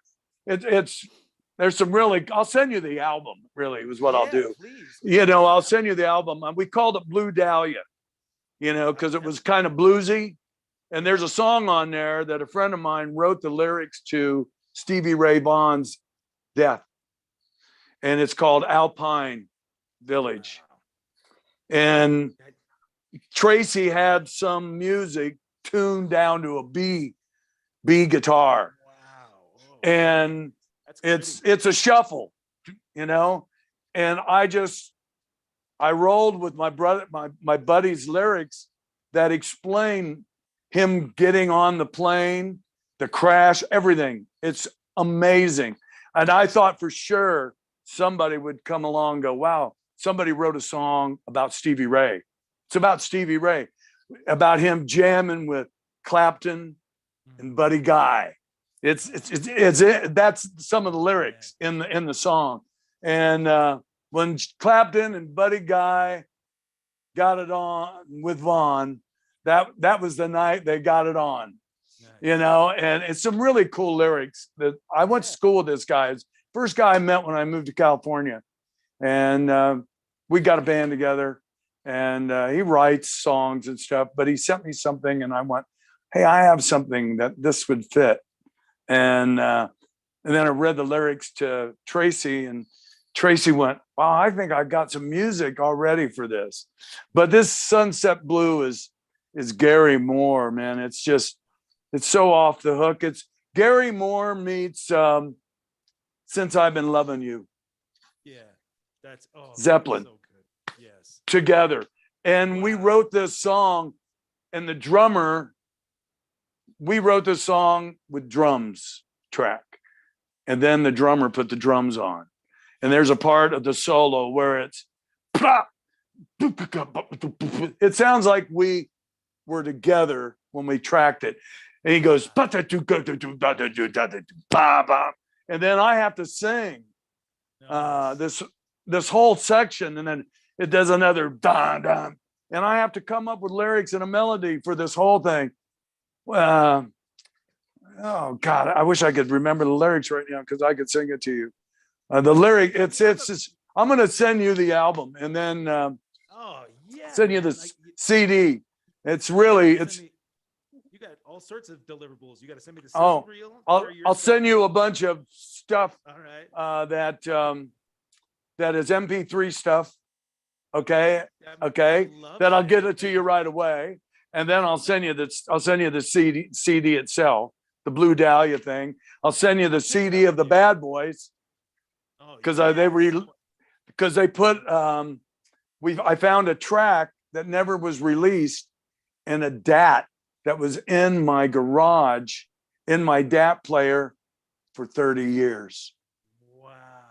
It's called King of Thieves, and they got it to sound good. I got it, brought it in, we digitalized it, they sent it to somebody, and let me tell you, all my other DAT tapes ruined. That was in the DAT player. And in the garage here in Vegas for at least 17 years. And it was in a DAT machine before 15 years. So in California, so, it's like, listen to the words spoken by a friend. We bought it in the end, baby. Da-da-da-dun, da-da-da-dun, da. And Kotak's playing on it. But it's octave. I'm singing an octave. Listen to the words spoken by a friend. We bought it in the end, baby. So I'm singing the octave, Wow. It's really cool. Yeah. Oh, it's a cool track, so, and I'll just send you a bunch of stuff, man. And let me know when you come to town. We have each other's numbers, and I'll just send you a bunch of shit. I was supposed to make a rehearsal. I had a rehearsal from 2 to 4 for this New Year's Eve gig with this guy. Yeah. And then I was going to do you at 5. And they had a rehearsal with this Long Live Rock for this Puerto Vallarta gig. It's with Phil Suzanne. I think Dave Amato's in it, right? Oh, right? I'm not sure if he is. Brett Fitz, who's playing with Slash, playing drums. Right. So Robin McCauley singing, Andrew Freeman, and me. And so in a couple weeks. So all 3 of us are singers in this, and we brought a girl, and we're doing this thing called Long Live Rock, kind of like rating Rock Ball, except there's not all this video footage, right? And we're doing some of our own songs, and we're doing cover songs, right? So they're having rehearsal. They started at, I think they were starting at 4, and they were starting at 4, so I figured they'd be set up by 5, right? And they're doing it where Danny Coker's studio is, where I did the video for Send in the Clowns. And so there's no singers there. And I was supposed to show up. On you? Oh no. They're probably not waiting on me.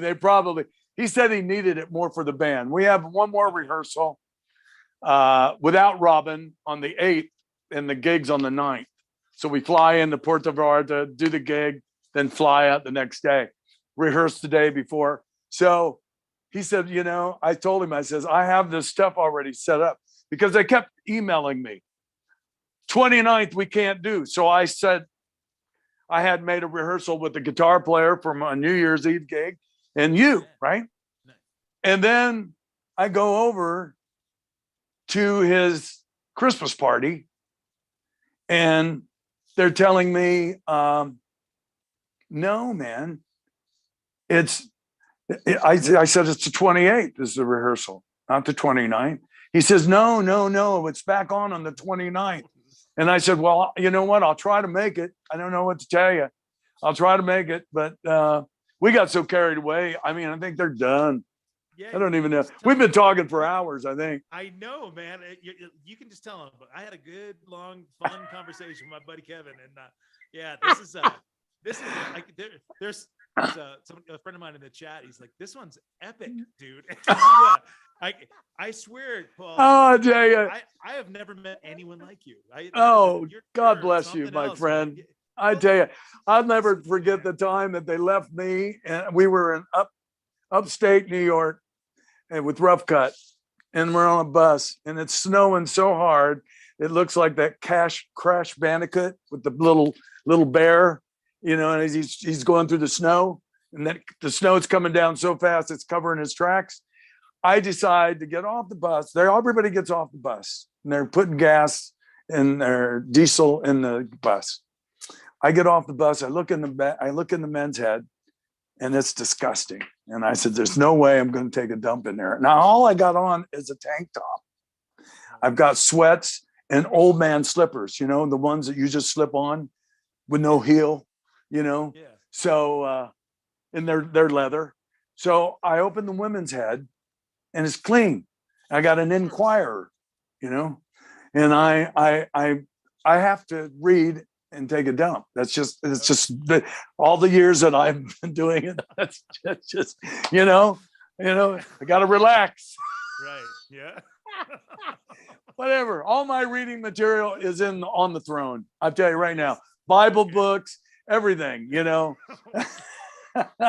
Anything I want to read, I put in there. In fact, when I was in my 40s, everything started becoming blurry. So I stopped smoking weed, drinking, thinking that was the issue. I needed glasses. So I got glasses. So, but anyways, now I'm on the John, right?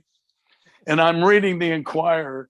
And then, I don't know. I think it's something about Princess Di and, going back that far. It's 85 or something, and I hear, and I go, "Are you shitting me?"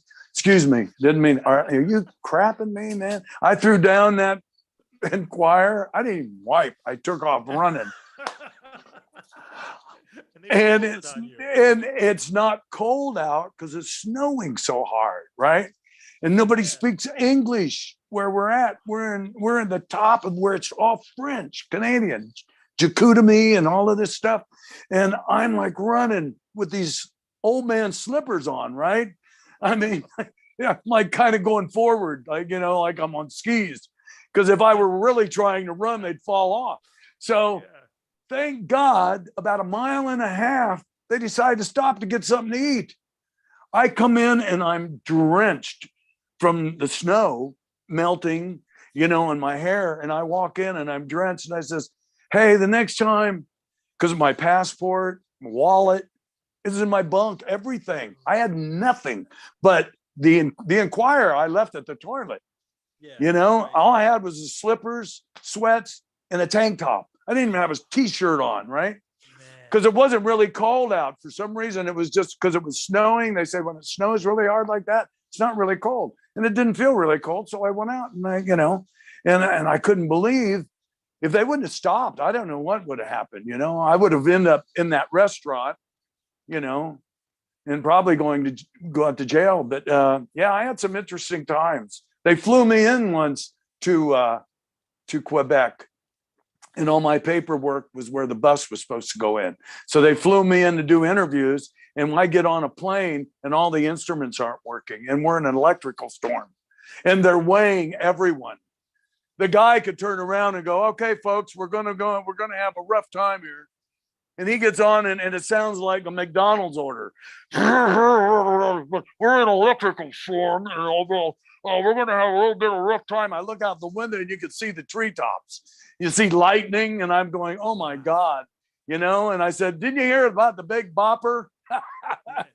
That's the way, Leonard Skinner, Ozzy.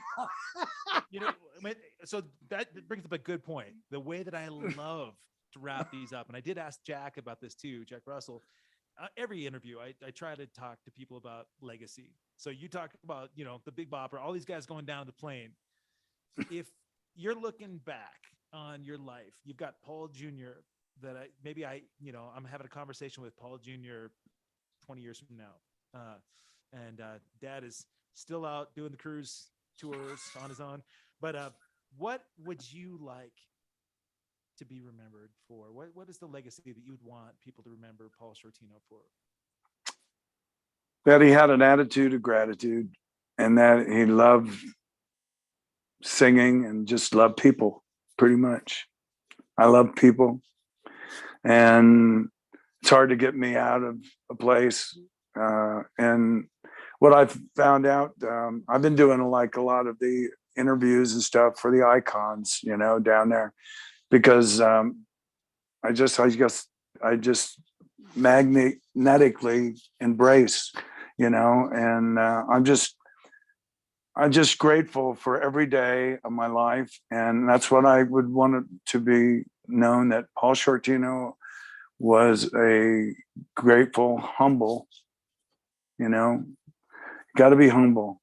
One thing's for sure. When the eyes get bigger than the wheeze, the eyes got to go. You know, so that's what I'd want to be remembered for, is just that I was, you know. And it's interesting is that in Latin, Paul means little, and we know what short is.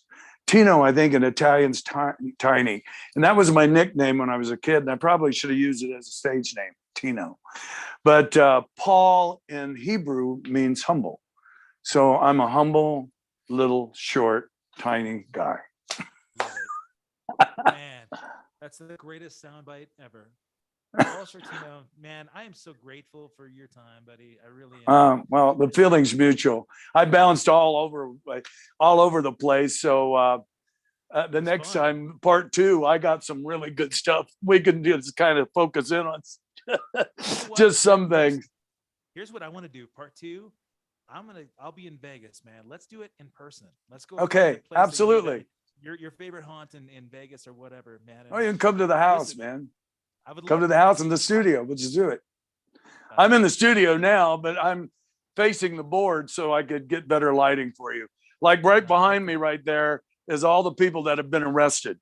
James Brown's up there. Shep, you know, what's his name? Nick Nolte. You got my mugshot in there? Yeah, there's a whole bunch of people's mugshots in there. I'll send you mine. And then I got Frank Zappa and the Crappa in the bathroom in the studio. And then above, in front of the board, we've got Led Zeppelin right there. I got the picture of Led Zeppelin. And then there's my board and stuff. But I wanted to be in a spot where the lighting was right. I tried it that way before, and I was in the dark. I did one. I don't know. I did one for somebody, and all you could see was this shadow of hair. But the smile in my shines teeth, through, man. in my teeth, you know. The smile shines through, man. Yeah, you got a good smile. Hey, I think you hit your legacy, man. You know, I could see that you truly do care and love people, and I think the world needs more of that, you know. So, yeah, and I just want to bless the whole world. I think they need a blessing because there's so many people that are having rough times, and I just want Jesus, our Savior, to wrap their arms around them and know that there is hope and peace, love to everyone in the world. Because I kind of my best times of my life were during the hippie years. I moved out to California when I was 14. My parents split up, and I was wearing peg pants and penny loafers, and everybody was wearing beads, sandals, and bell bottoms. And it reminds me of that song Merle Haggard wrote. What was it? Shit, that's a CRS. Beads and sandals were, let's see, oh gosh darn it. I used to do the doggone song. God bless you, Merle. But but there's a Merle Haggard song that he talks about. Beads and sandals were in oh gosh darn it. It's a great song.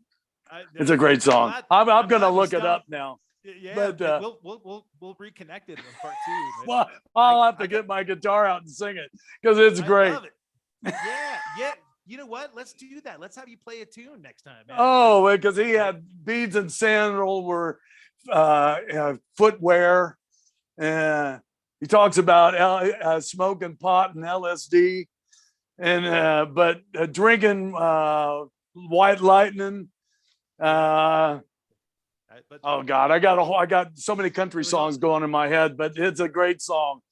It was all love, though, man. Oh, Merle Haggard, God bless him. But yeah, let's do it. You can come to the house, man. You know, when you come to Vegas, we'll do it. We'll do it in person. I'll make some pasta. You know. Oh yes. I make it with egg white noodles, so that way it's protein. I love it. It's Japanese noodles with tomato, basil, and garlic and olive oil. You got me sold, buddy. And it's light. I made a big bowl of it, and me and Carmine were here, right? We're working on the King Cobra record. He's staying in the extra bedroom.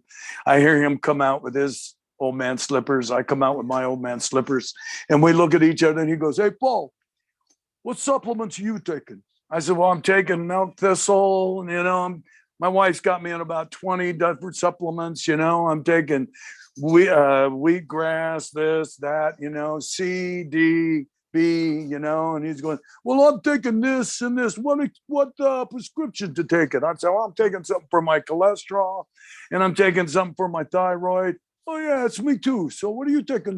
You taking Crestor or what is it?" I'm taking Crestor, yeah. And oh, that's what I'm taking too. So I make this big thing of pasta bowl, right?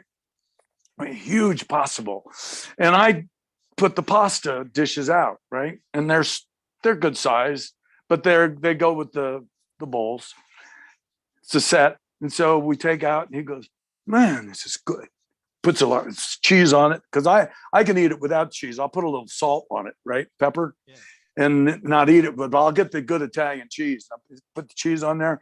He ate a bowl, and I ate a bowl, and I know when I got to stop, right? Yeah. He took the whole bowl and ate the whole bowl. And he says, I don't feel full. I says, "The reason why you don't feel full, because it's not sugar, it's protein. It's egg white noodles." Nice. So, and I'll take them sometimes, and I'll take broccoli, and I'll take some Moroccan kind of seasonings, and I'll put it in the wok with some fresh garlic and seasoning, and I'll put that in there, and I just fry it up a little bit, right? And then I'll make the noodles, and then I'll even throw some spinach, fresh spinach, not cooked, and then I'll put it with those noodles, and then the broccoli's crunchy, but it's got some curry kind of flavor to it as well, because it's got Moroccan seasoning, which is a bunch of seasonings in this Moroccan seasoning with the garlic and the olive oil. And sometimes I won't even use olive oil. I'll throw in soy sauce and then throw it in the wok, and then throw in some green beans, and it's just, I've gotten to eat so, and then you don't feel full though. I'll go and eat pasta. We go to this place. I've never had pasta where they bring it out and it's steaming. It's steaming. It's so hot. Like, what did you? I can't even get it like that. Yeah. It's like I put my fork in it and lift it up, and the steam's coming off of it. But this place called Roma's, and it's like eating in an old Italian kitchen. You buy your shit there, the sausage, the deli's there. Oh, no, you can eat too, sit down and munch it while you get your order, You're but Italian, man. Oh yeah, I'm Scotch, Irish, German, and probably got some Muslim in there because of the Moors just conquering the Mediterranean at one point. So that's where I probably got the soul. You're a master impressionist too, man. And you've got all the drummers down, because I know. Oh yeah. Yeah, Jimmy, Luke. Yeah, where's little Luke?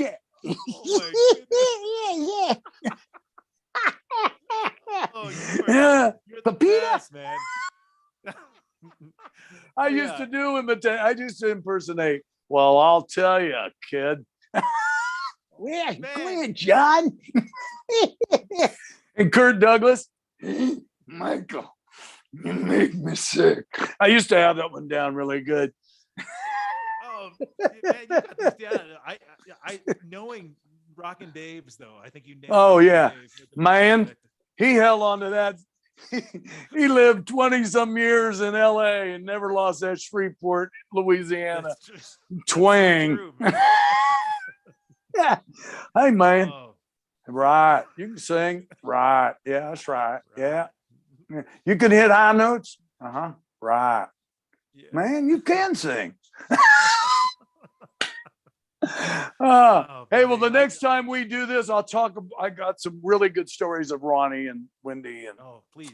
Yeah. some really cool stuff. Thank your bride for sharing this time with me too, Oh, man. And for all oh. the people out here.